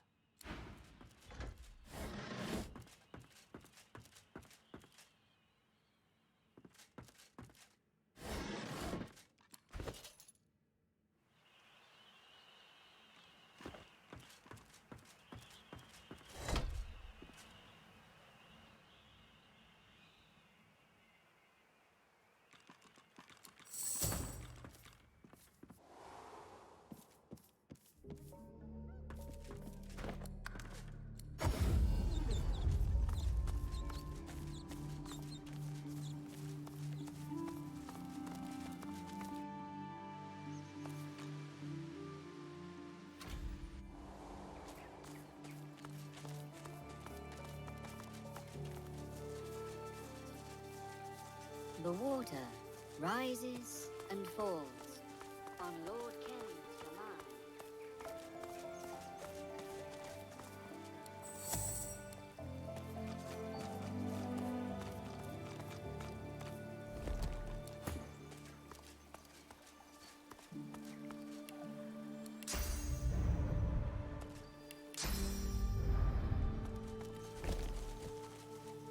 As you near the garden, the rustling of leaves and branches turns to an insidious murmur.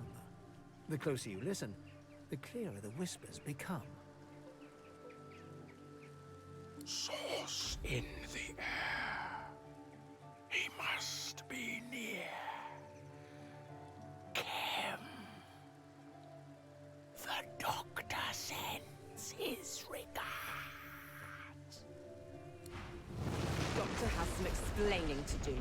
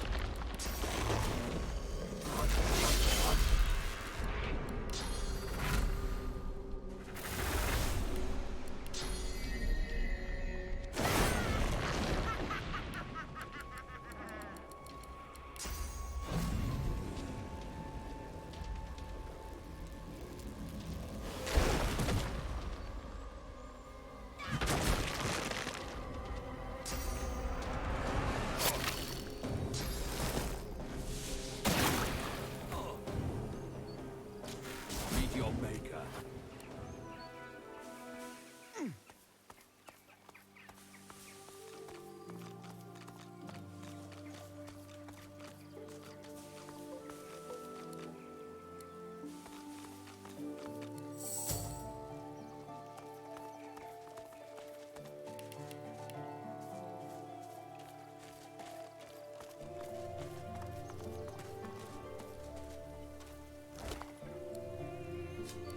Back, Quillis! Our shield has gone mad!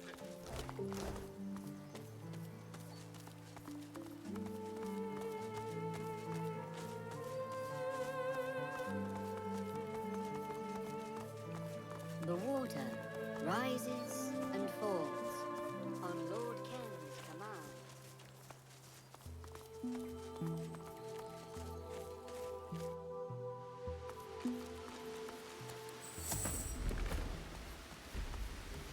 So this is where Kem hides his most ancient valuables.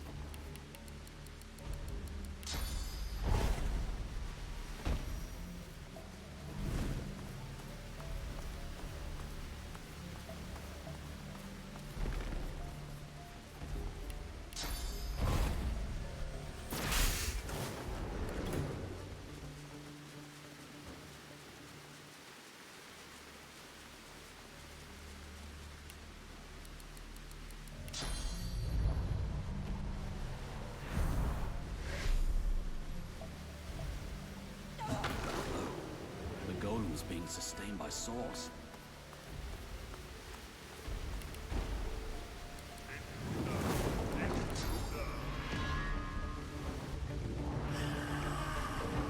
Prepare yourself.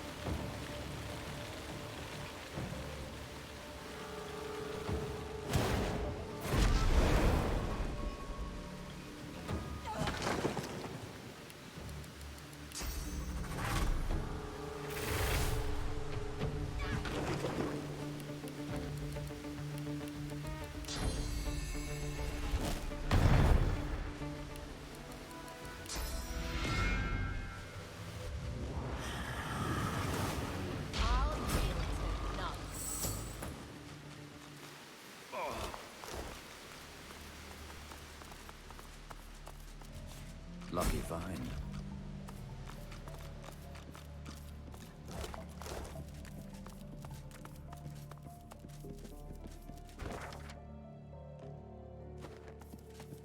What's this?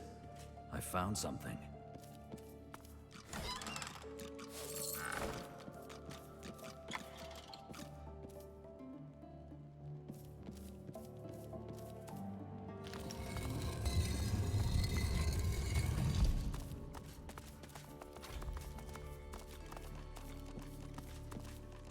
The spirit of a painting hovers where the painting itself once stood. The second passion of Lucian, you presume. It's difficult to see the image as it must appear in the real world. This, perhaps, is the moment where Lucian killed Damien and sacrificed himself for the world.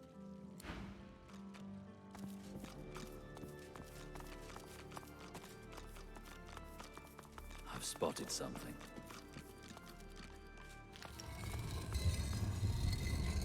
I've spotted something.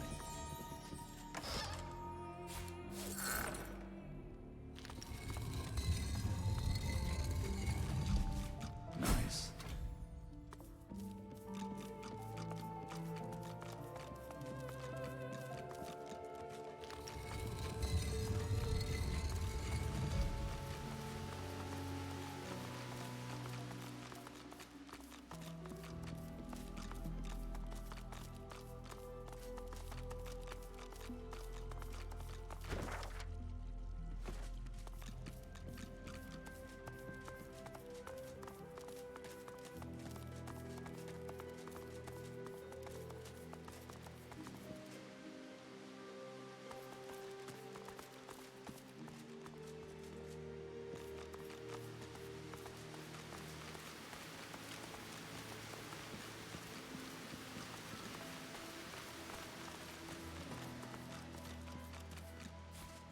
find.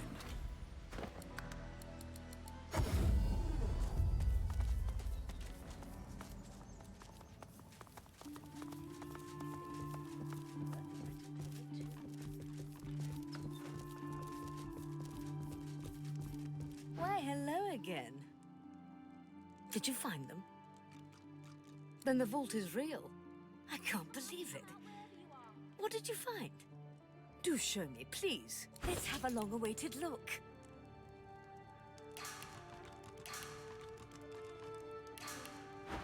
And so I finally have all three. Seven bless you for your troubles. Although no greater blessing, really, than lots and lots of precious things.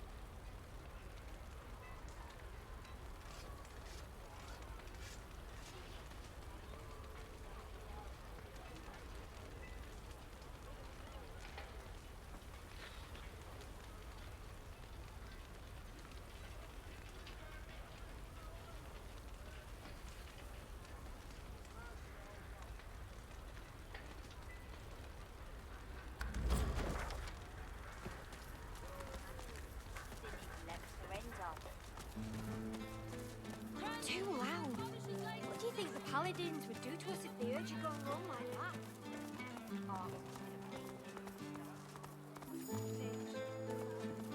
The store's open. Do your shopping. Do a stop tank. Maybe tidy the... Oh, I didn't see you there. Sorry, it's been, quite a day. You need a hand with anything, let me know. The wedding? Barduna, haven't you heard? I'm so sorry, there's been a tragedy. You can head into the garden to see for yourself, if you've the stomach for it. Not sure how much longer I'll be here, but if you've a need of supplies, let me know.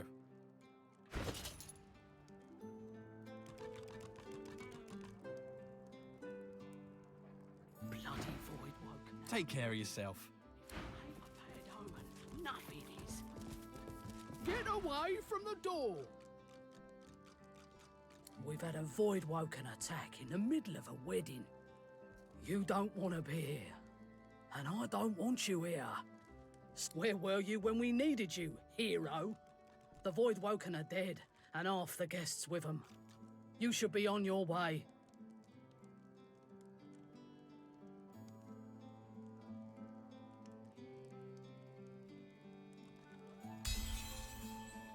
She peers closely at you.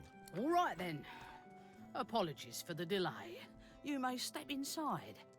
I'll warn you though, it's no party in there.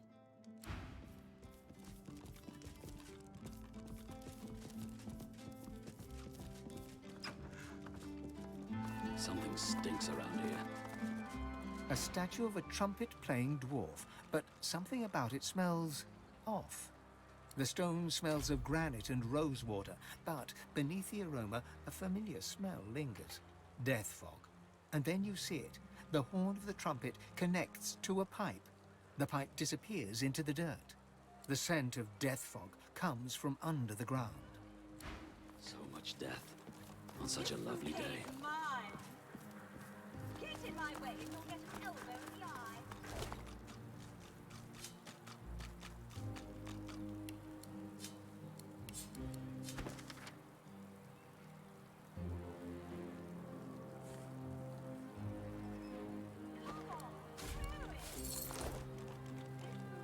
Curled upper lip, lightly bobbing head, unwavering gaze, there's no doubting the spirit's distaste of current circumstances. The spirit's sneer intensifies.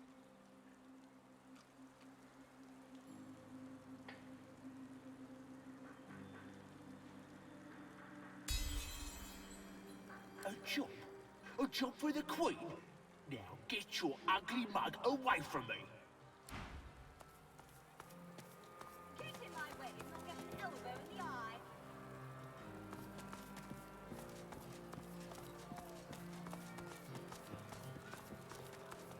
What's this? I found something.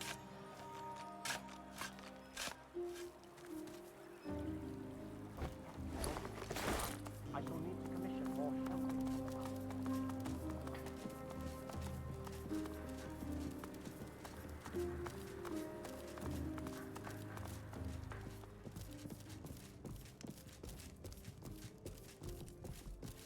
I was hired to guard a wedding. No one said anything. I am so sorry. How could I have known? She looks up at you with glassy eyes, wiping her tear-streaked face on one brocade sleeve. A girl's wedding should be the happiest day of her life. I don't know how this could happen. Who would have seen it coming? She looks down at her feet. Seeing her blood-spattered wedding slippers, her face crumples and tears spring from her eyes. I should be so happy. Everybody should be so happy. But we barely made it indoors alive. But not everyone was so lucky. I can hardly bear to think of them. Their wives and husbands and children back in the kingdom, left to grieve alone.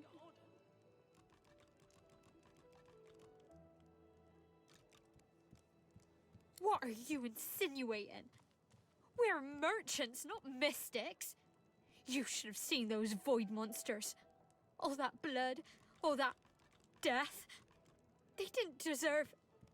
We didn't. She buries her head in her hands, sobbing uncontrollably. Ah, you.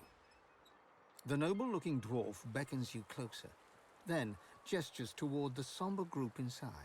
Hard to believe you're looking at a wedding party, isn't it? My wedding party. He looks you over, his mouth pressed into a mirthless smirk. But I suppose you're no stranger to mournful faces. The Silver Fang, isn't that right?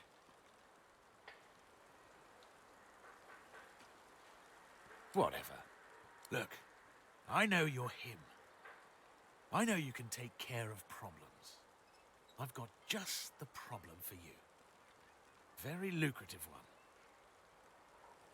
I need you to take care of my father-in-law and bring me his will.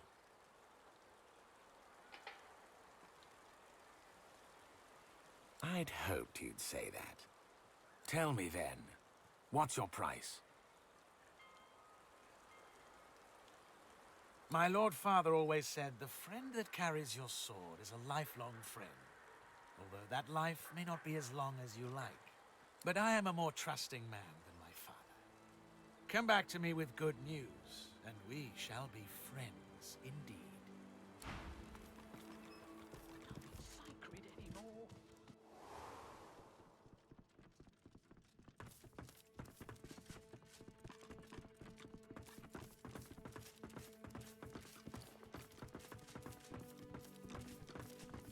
A well-dressed dwarf paces swiftly around the room, overseeing the packing of trunks. He gives you a cursory glance, worry etched on his face. Yes, thank you for coming. Indeed, it would have been a beautiful ceremony if only... Dark times. Dark times indeed. Safe home to you now. He quickly turns away and casts a worried gaze around the room, counting something on his fingers. You've been proven a friend to Duna's spawn. So from one friend to another, I say, get out of Arx.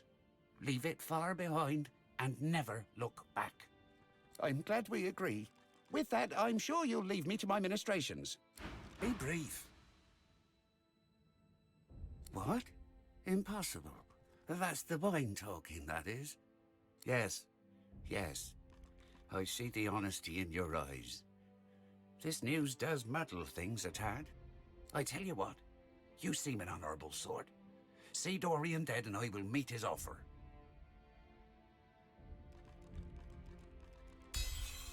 All right, fine. Believe me when I say you'll be well rewarded. I suppose I can afford it better than I can afford an enemy at this particular moment. Kill the rat and be quick about it. I don't have the luxury of time.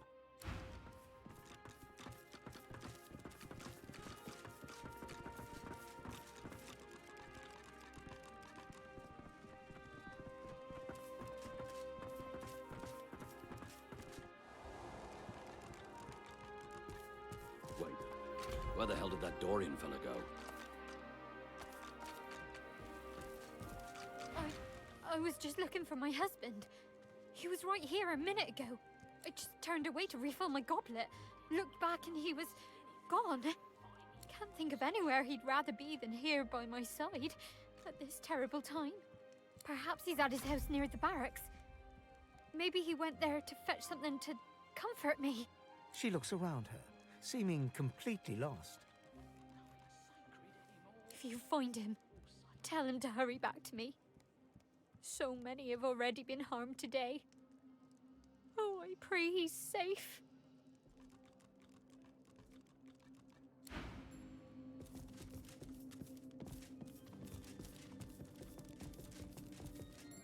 I was hired to guard the line. Nobody said anything about fighting off monsters.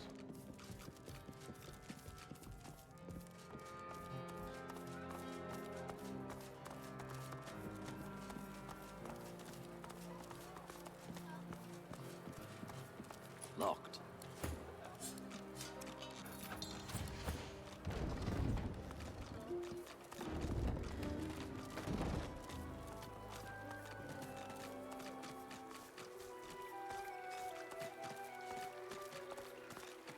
Well, hello, handsome. Care to hear about the power of cheese? I've got wheels and rounds and blocks and rolls and possibly more. But my wares are nuanced, with undertones of something rare. She looks you up and down, then What's on my mind? Why, texture, maturity, taste. But most of all, I'm wondering what tickles your fancy. Looking at you, I think it may be power. Am I right? So I have not misjudged you. Now, we've established how you feel about power. How do you feel about law? Specifically laws relating to property and the acquisition of goods, a glint appears in her eye, and she smiles. Then she raises her hands and shows you her rings. Perhaps this is the power you seek. I've been waiting for the right customer to come along for these, but I warn you, power doesn't come cheap, even for someone as attractive as you. I have my little helpers, here, there, and everywhere. They find me the finest morsels in all of Arx. After all, why should the most delectable of foodstuffs grace only the tables of the nobility? Yes, you could be an asset. Very well. You can find my helpers, the Thieves' Guild, within the Arx sewers, in their so-called secret hideout. Here, I'll mark it for you. But approach carefully. The foul stench is hardly the sewer's gravest danger.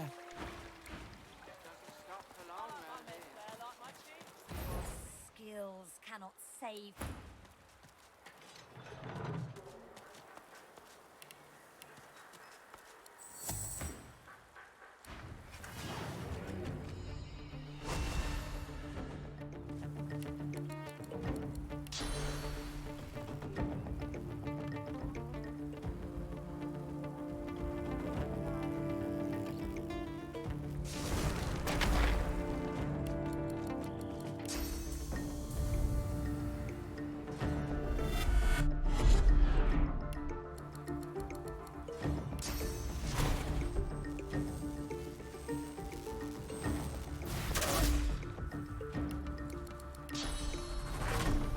Prepare yourself.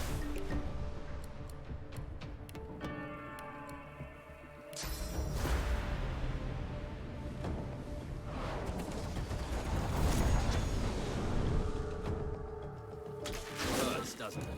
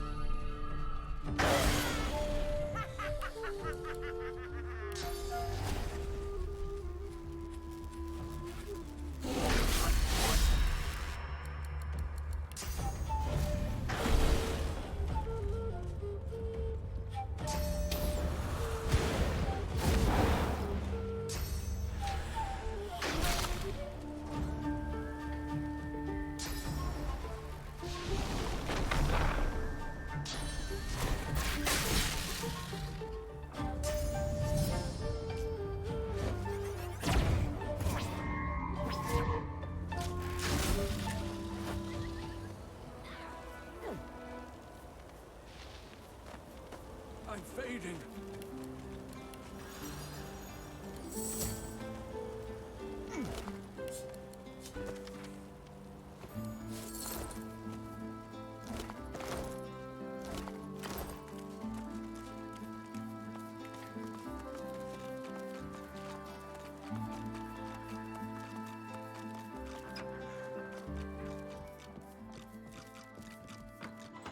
I've had just about enough of this place is already overrun with addicts and orphans. And now I've got to deal with... what? A sulking creeper? The woman shakes her head and sighs. I should stop caring so much. But the kids shouldn't suffer. They don't deserve this void-infested hellhole we're handing to them. What is it? Or what was it? Two different things, you know. Used to be a school. My husband Griff and I, we taught the local kids what we could. History, politics, writing, reading, a little cooking, a little alchemy. The parents paid what they could. It was enough. Then the Voidwoken came, and the Magisters took Griff away to Fort Joy. Said he was luring the monsters in, like my sweet Griff would ever do such a thing.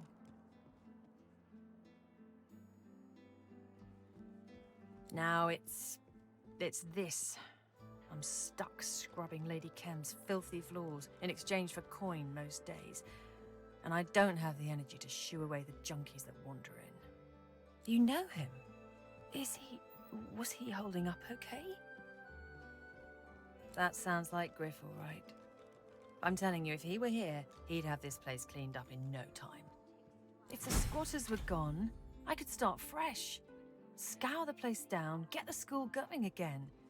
Get out from under Lady Kem's posh thumb.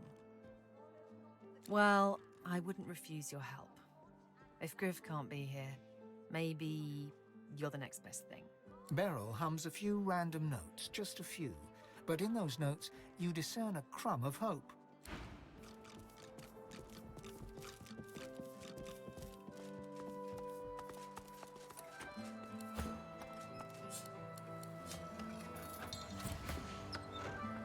Well, school's out, I dare say.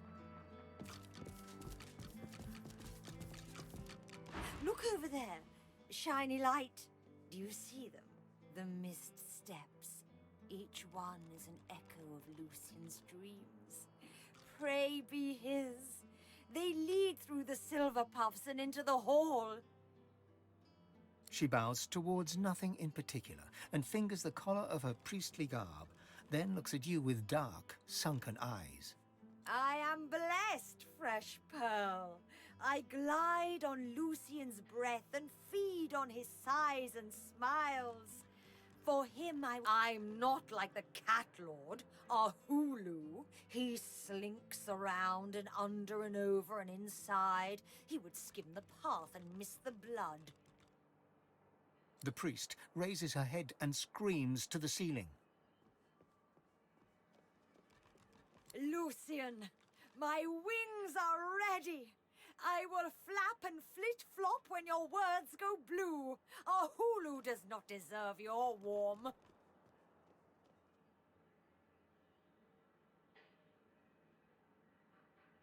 I hear he avoids Lucian's Toughmaker, the path of blood. He is a defiler of Lucian's will, Shine Beast. The crypt waits for only divine, devout, devoted. It is not an easy make trial. Bypass the blood and Lucian brings the rumble. Skyquakes across the heavens, what Lucian said. Punishment for the easy walk. The priest waves her arms through the air, drawing your attention to these non-existent skyquakes. She bobs her head back and forth to an unheard hymn, then bids you a pensive farewell. My good, wonderful, exquisite man's man. You bring Drudene, yes? Ah, I hear enough stories. I see enough past. Every bite taken and memory gained means knowing a new atrocity. All past is past and stays in past. Now is now, and always now. This is now, we are now. No memory and no future time. Herbs and weeds. She traces a circle on the floor with her left foot, then shakes her head. You're stymied by the foot gesture, but the head shake is more than clear. Yes. Your voice. His voice. It makes the airdrops quiver. I am called to the cathedral. I will travel there anon. world should twinkle as Lucian commanded them. Come, fireflies, he calls us elsewhere.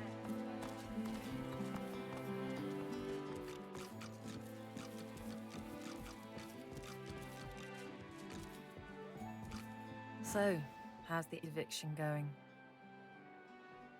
Is that... Wait, really? They're gone? That's good news. Maybe our hard work wasn't all for nothing then. Is there anything I can do to show my thanks? She pauses and tightens her lips. A moment passes, and then another. She smiles. Well, at the risk of saying something I shouldn't, that whole mansion is weird. She sits in that drawing room serving tea all day. As for him, well, he doesn't even sleep in the same room as his wife. He has his own bedroom, does Kem, and it's always locked. He's got secrets, you see. Trapdoors and ladders. Where they lead, I don't know, but his wife knows nothing about them.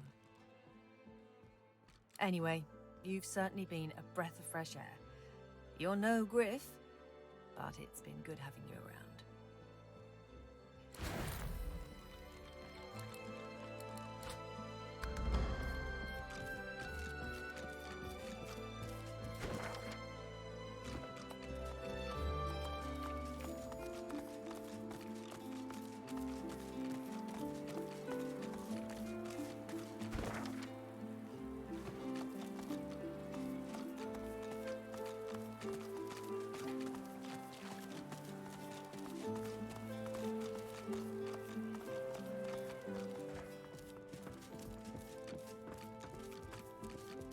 Don't try telling me you just wandered in here by mistake.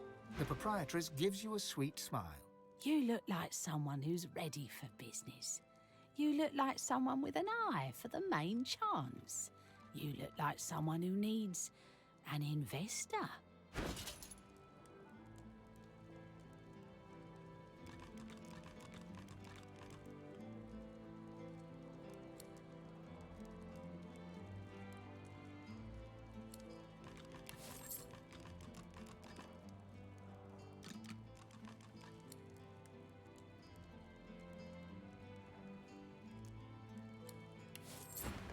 How much do you need? I see. For that kind of money, my enterprising friend, I'll need to hear something of your business plan. Just the basic idea. Dispense with the details. Go on. Convince me. All right. You've convinced me. We have a deal. Here are the terms. I lend you the gold, and you leave me a part of yourself. The contract is bonded by blood. The debt is repaid at 50%, or you die. That's the original stake plus 1/2 repaid on demand, or you die. And know this, no one owes me money for long. That is, no one alive. She smiles. She knows you believe her, or at least that you should. She reaches into the folds of her dress and produces an empty glass vial.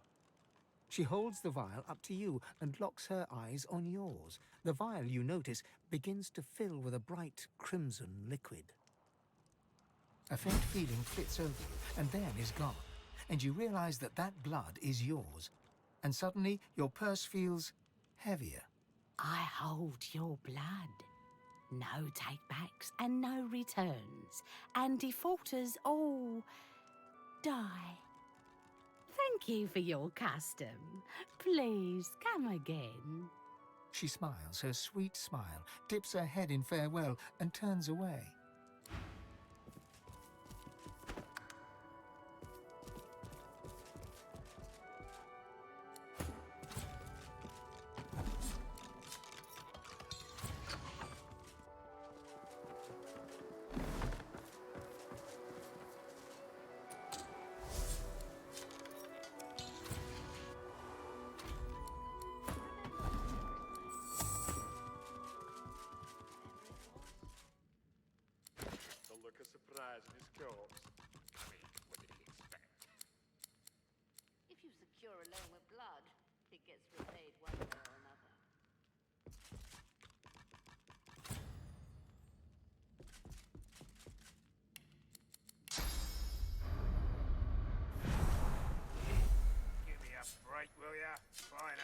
reach.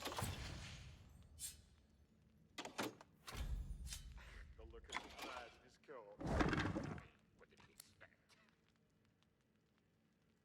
If you secure the blood, you're repaid one way or another.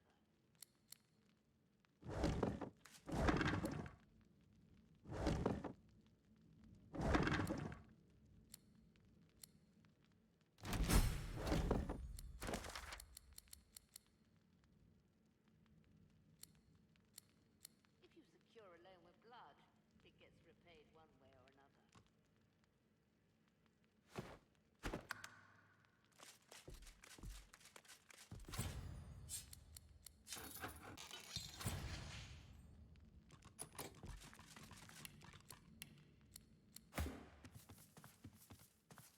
If you secure a loan with blood, it gets repaid one way or another.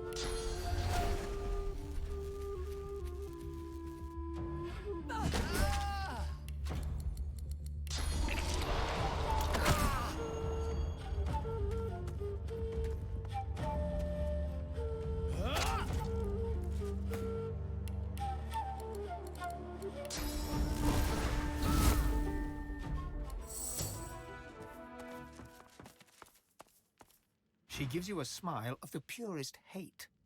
Then she raises a hand and begins a silent incantation. You know that she is trying to boil your blood, but she cannot. Her power is gone.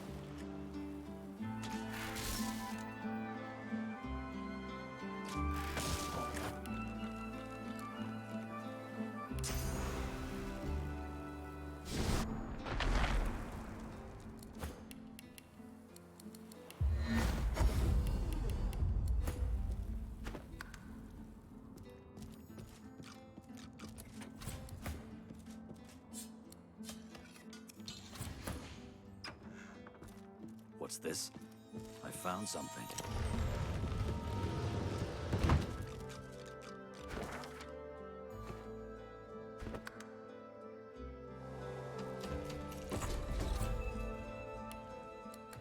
Explosives. And we're locked in with them. No one Strike a light.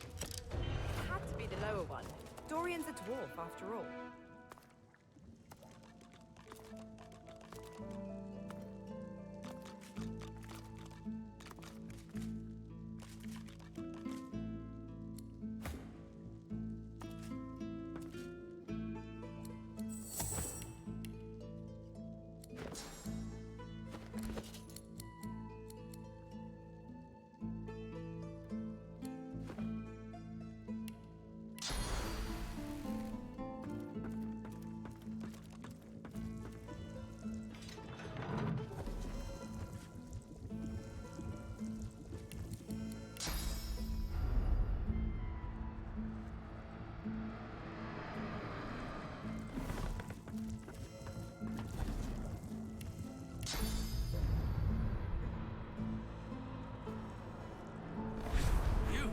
Again?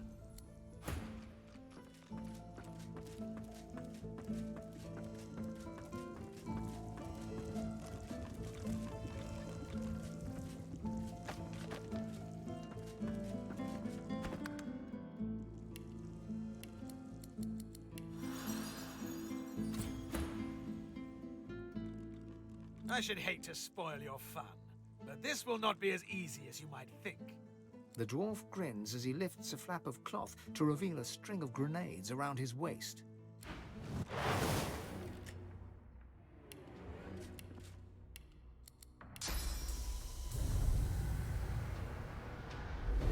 Glory is mine.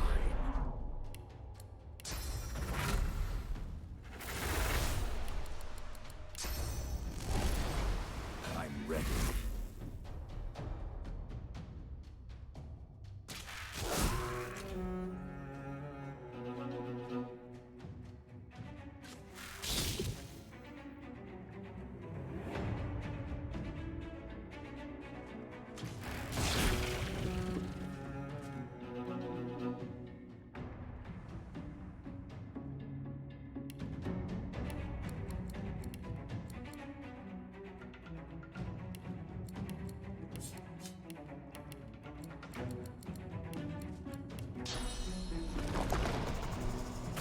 Prepare yourself.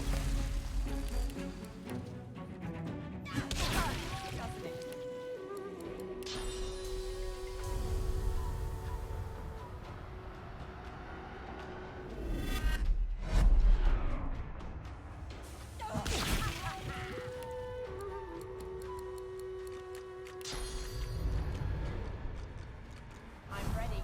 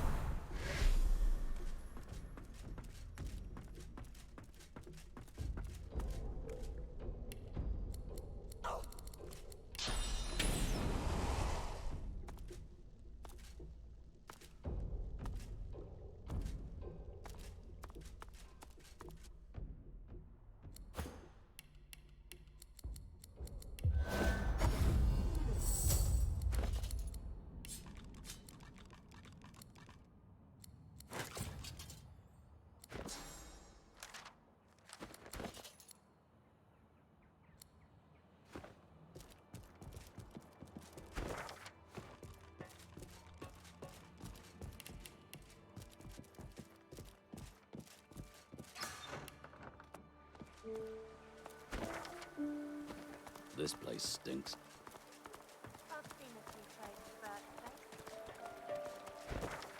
Business doesn't stop for long round here.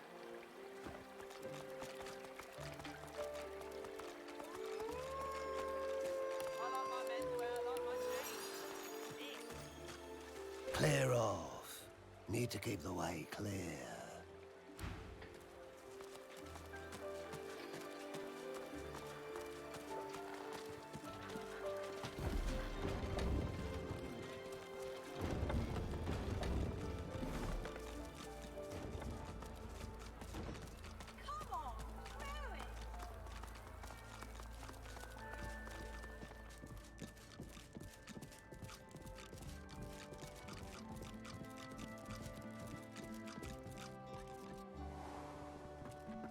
Is it done? Oh, yes? Well, I certainly could use some good news amongst the bad. I am a man of my word. Here is the payment promised, and extra besides. So, there may be one more thing you can help me with. But it needs to stay between you and me. I can't have little birds whispering rumors to the local busybodies.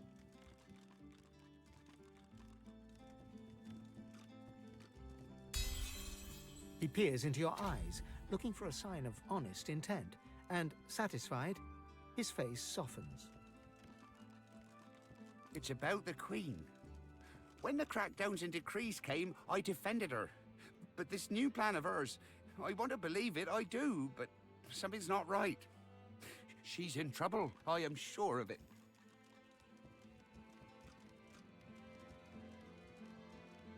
She's tuned me out. Well, she's tuned everyone out. Everyone but that advisor of hers, that Isbale. Her quacking all but drowns us out.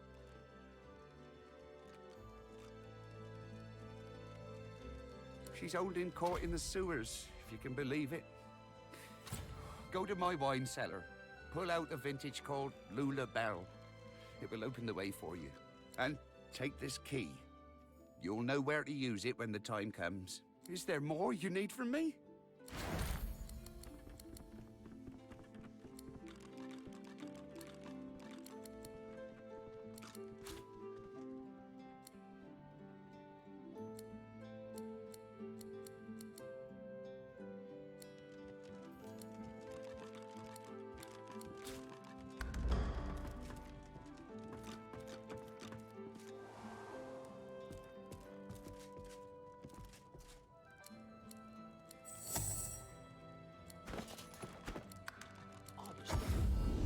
Expert warriors for hire, all seasoned in combat. They won't let you down. You must truly savor my company, Godwoken. Something...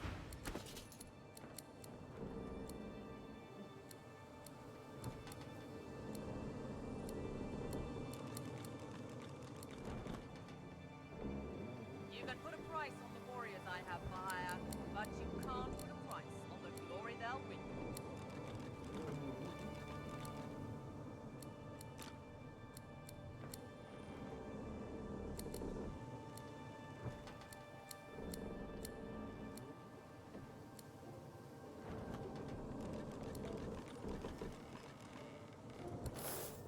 Allies for hire. I've got sword fighters, mages, archers, all willing to fight by your side if the price is right.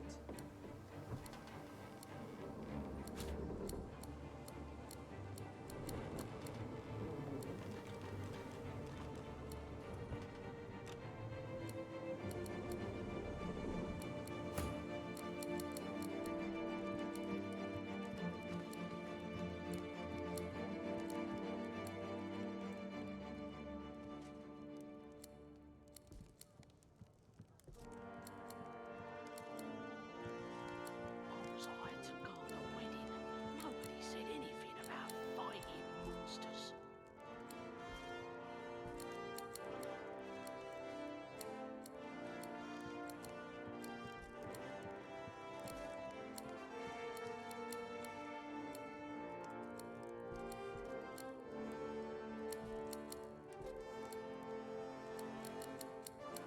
Nothing sacred anymore. All safe.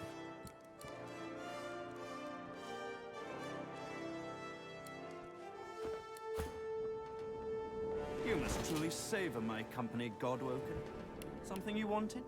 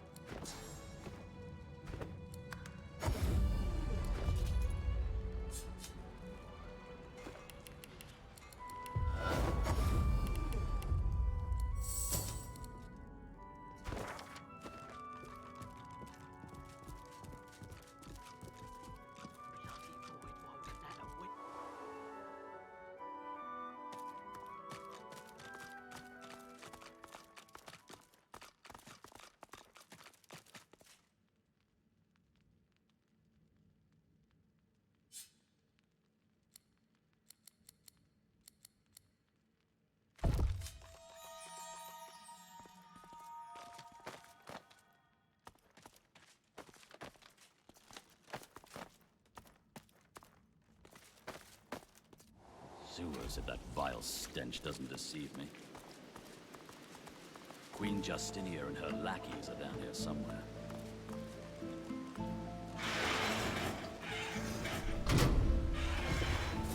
Our shields!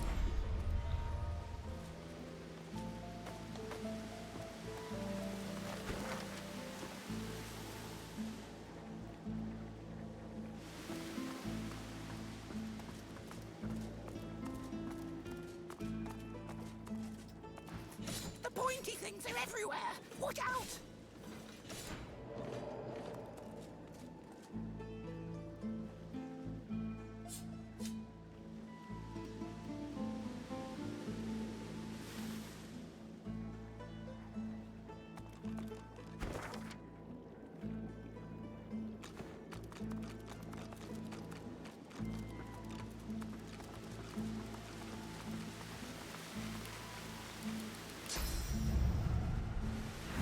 Careful.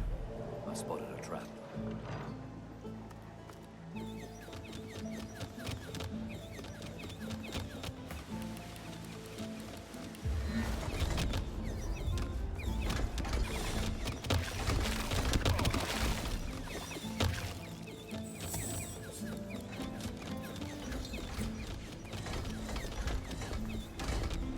Well, that unlocked something. Or locked it.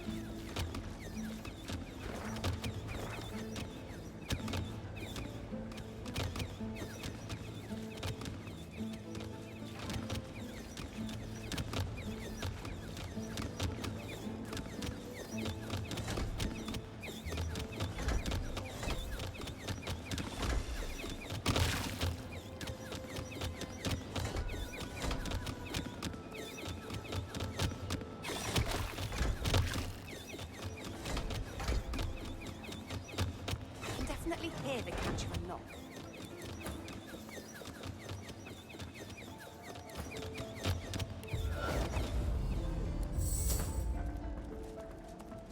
Crates of what's this?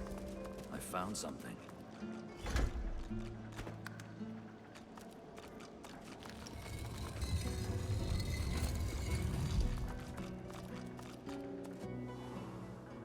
A guard rushes in front of you, and before you can flinch, the point of a sharp spear draws a bead of blood from the artery in your neck.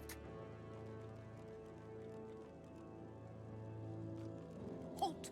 State your name. Now! Oh, for goodness sake, woman, lower your spear. That is no way to greet a guest. Isbiel, I've not known you to be so welcoming to strangers. Have I yet to disappoint your highness in matters of security? Your Majesty? Do as she says. Lower your spear. Yes, of course, my queen.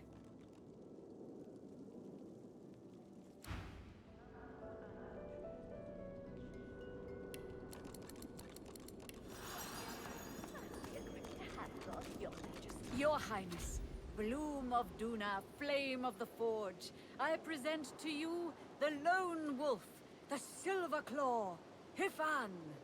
Queen Justinia sucks in her cheeks, then offers you her unwavering hand.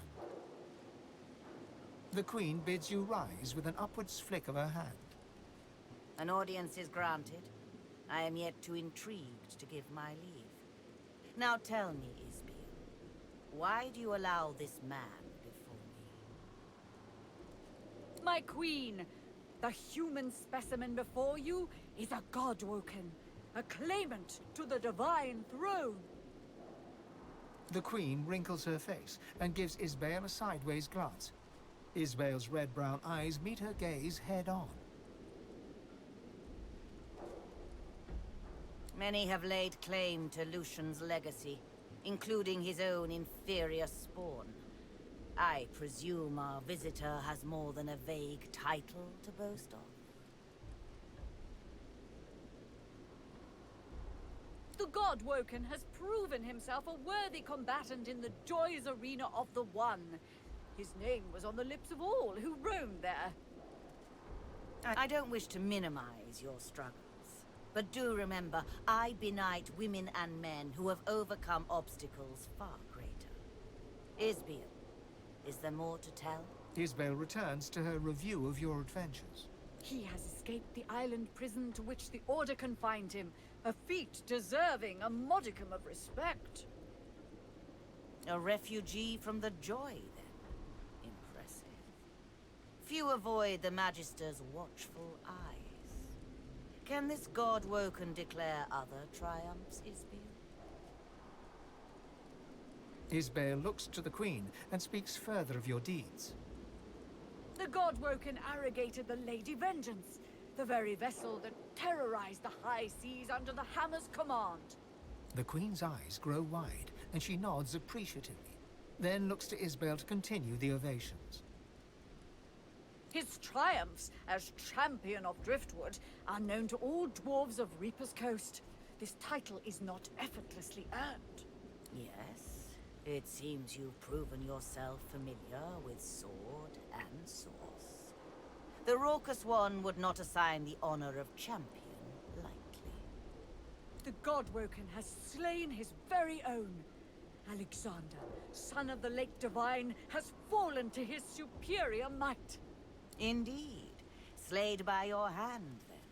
The cub once pleaded with me to aid in his sorcerer pogrom, Silverclaw.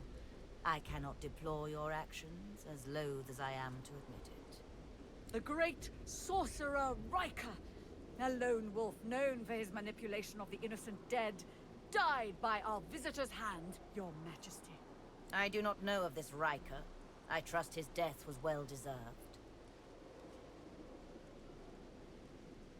Our venerated guest has brought hope to the Elven tribes by ending the slaughter of their ancestors. So you eliminated the butcher responsible, I presume. You have earned your swagger, my good man. My queen, the God-woken hobbled the Black Ring by slicing off one of its limbs, a necromancer known as the Sallow Man. Isbel's hot stare burns into your soul. You meet her gaze with one of your own, though you know you could never match her intensity. Splendid. The Black Ring has proven a chaotic element at a time when control is imperative. I've no more of your accomplishments to announce. If I didn't know better, I'd think you almost vain. Well, I see no reason to mince words, God-woken. You're here to die. Isbiel, whatever's gotten into you?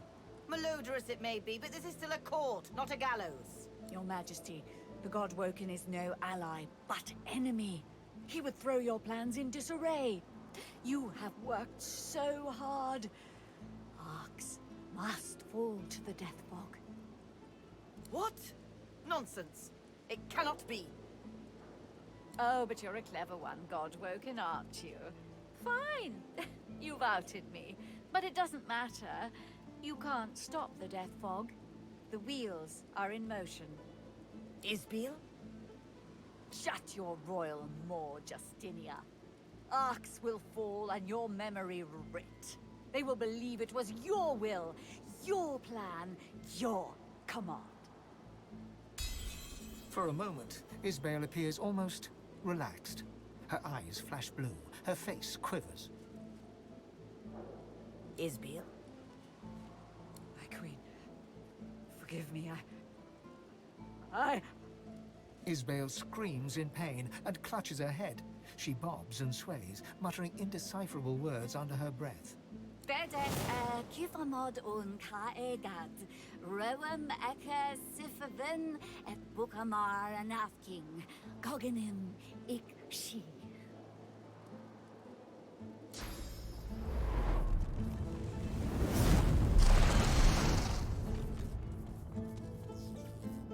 You blink yourself awake to the cold gaze of 1,000 stones and the hot gaze of the dwarf Isbel, right hand of the Queen. Oh, good. You're awake. Yeah, at first I figured I'd just kill you. But then I thought, Isbiel, you're wasting an opportunity here. Don't bother thanking me just yet, though. I dare say you'll be begging to die before long. I'll start with lesser toxins, just to see how you react, and take it from there.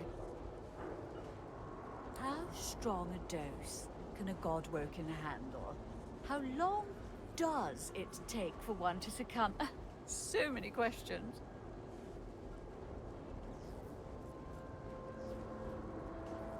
Your lips open, but no words spill forth. You try to lift your head, but it is no match for gravity. She has paralyzed you. Only your eyes are free to move. Don't fight it. You'll only make things worse. Oh, but I've been so rude. You should know the real me.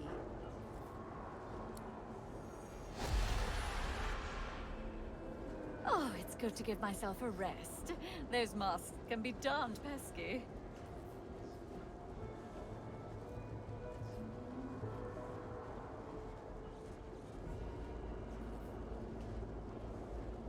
Every ounce of energy within you evaporates. You have no more control over your own source than you do of your flaccid body. Isbel shakes her head at you. Tut tut. Do try to relax. The harder you fight, the harder the experiment will be on you.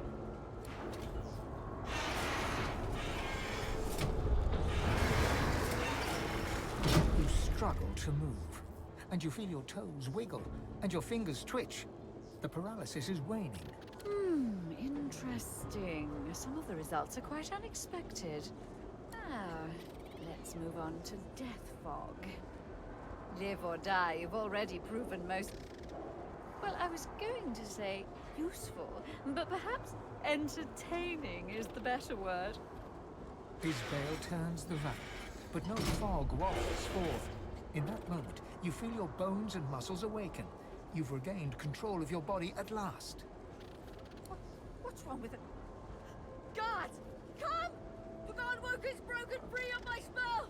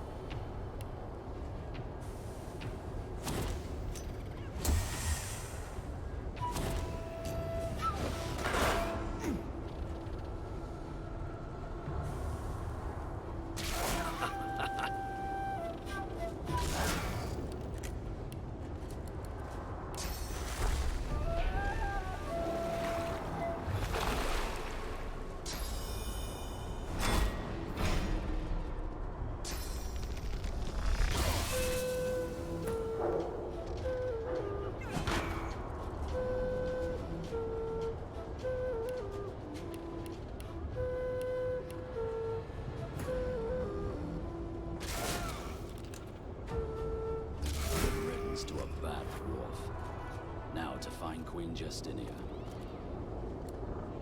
You look at your companions in shock. Black Ring influence or not, the enormity of the Queen's plan is revealed. To kill everyone in the city. You can't fight darkness with darkness. You just can't. Whatever she intended, the end result will be more death and destruction. Do you think Arx is safe in my death? I faced the grave before, you know. Yet through the God King, I have eternal life. It must be the God King to claim me. How is it you?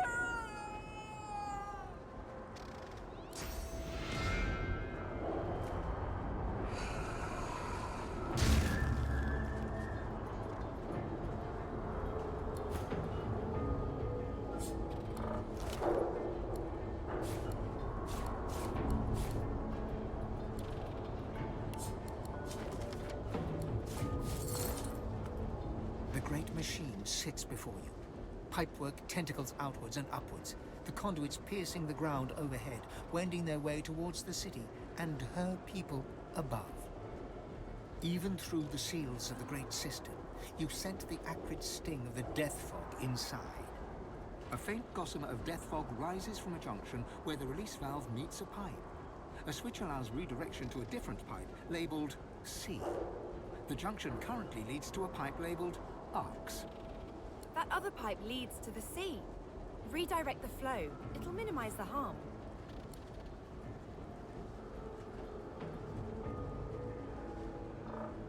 The machine creaks to life, and the death fog begins to flow through the other pipe.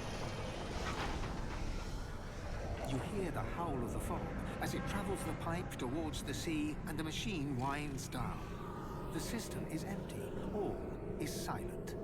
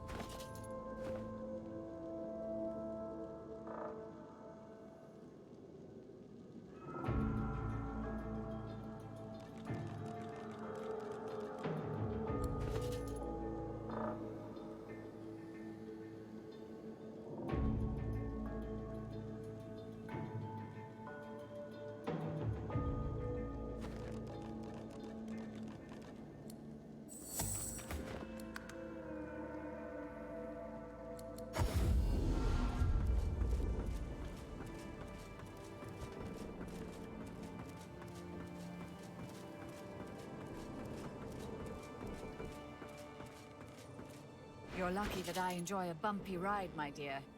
Our arrival here was vigorous, even for my taste. I'm still a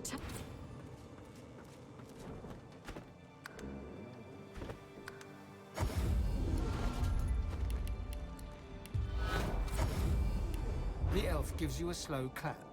Clap. The evil Isbale is dead. The doctor will see you now.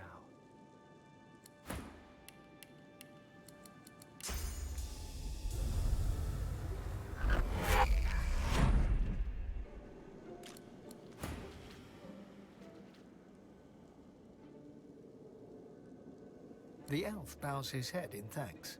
You turn away.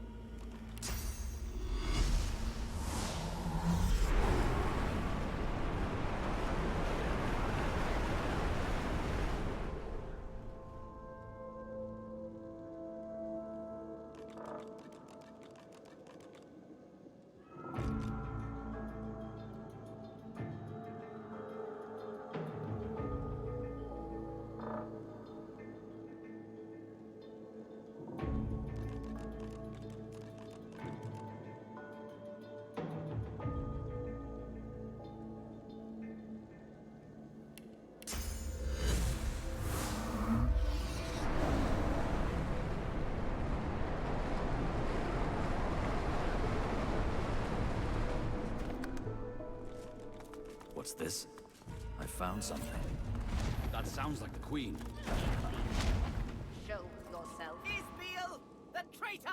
Where is she? I will split her black skull in two! By whose hand? Yours? It should have been my own axe to slice her neck. Take me to her bones. I've a mind to chop them into pieces, the foul witch! Justinia struggles to control her rage. She closes her eyes. She breathes the Sue's fetid air. She waits. She is dead. And that is that. Justinia pounds a fist against her palm. One smack, then a second, then a third. You may not believe me, but what I did, I thought I did for the sake of my people.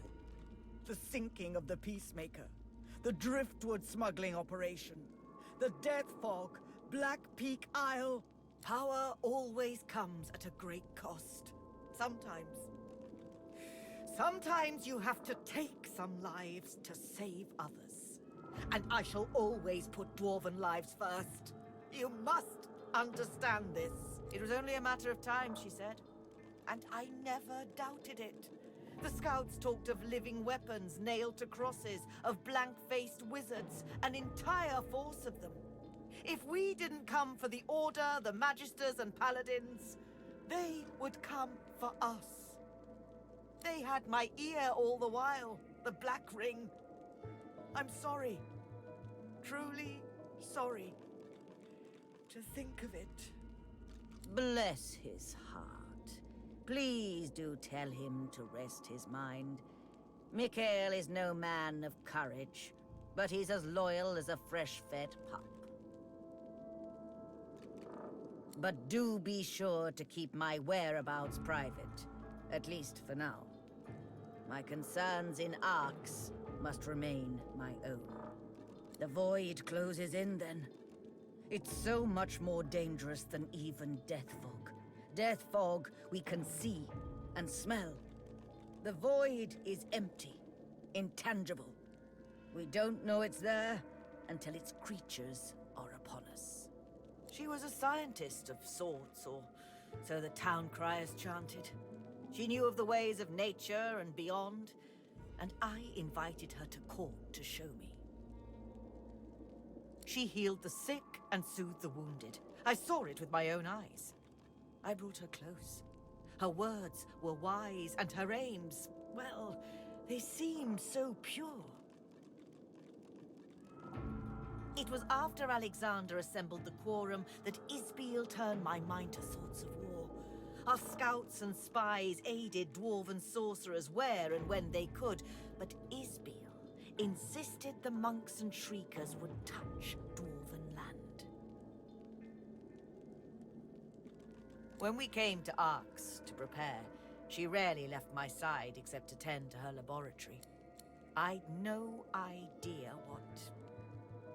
what atrocities she'd been committing there.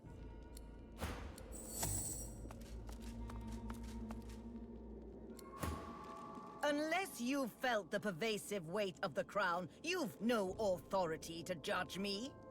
Each of my subjects is like a child to me, and a mother protects her children.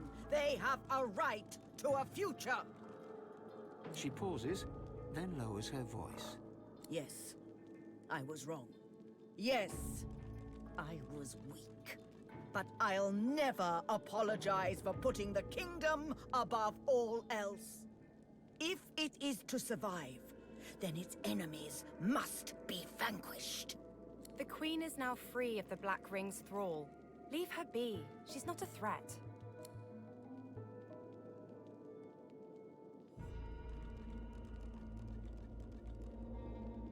Arx's air is clear of death fog, yet you would still see me dead? That's not justice, it's savagery. The Queen will reign, with or without your permission.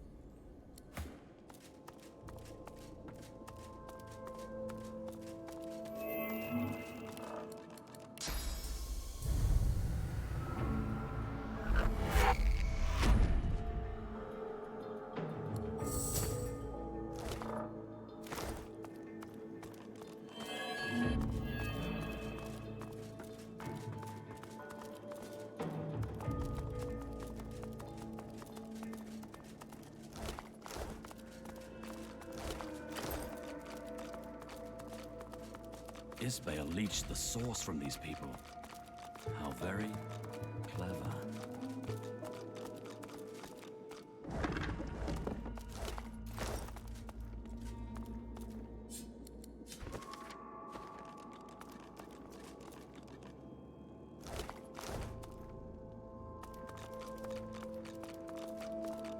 What's this? I found something.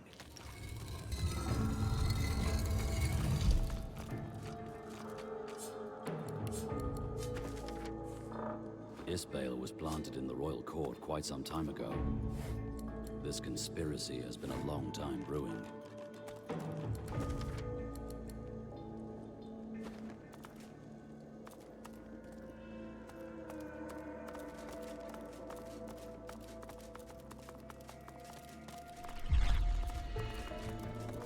Papa?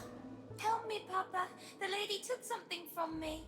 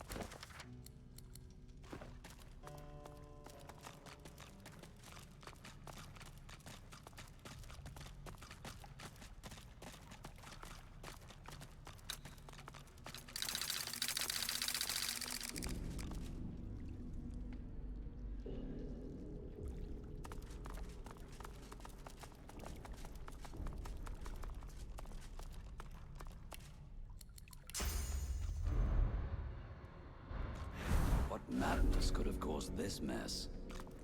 Charon's unleashed! The mistake repeated! You must contain him, return him, destroy him!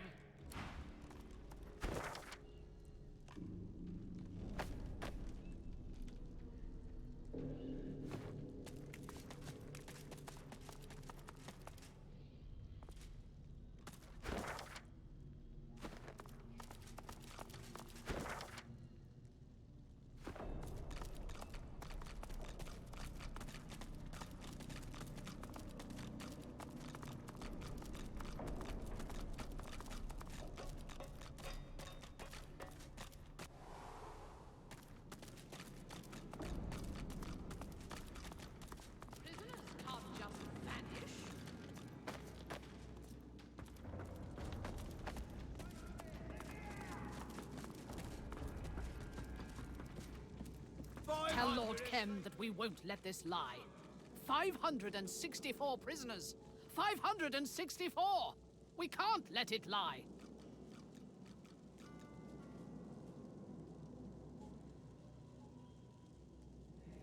Her jaw drops. She struggles to process the news.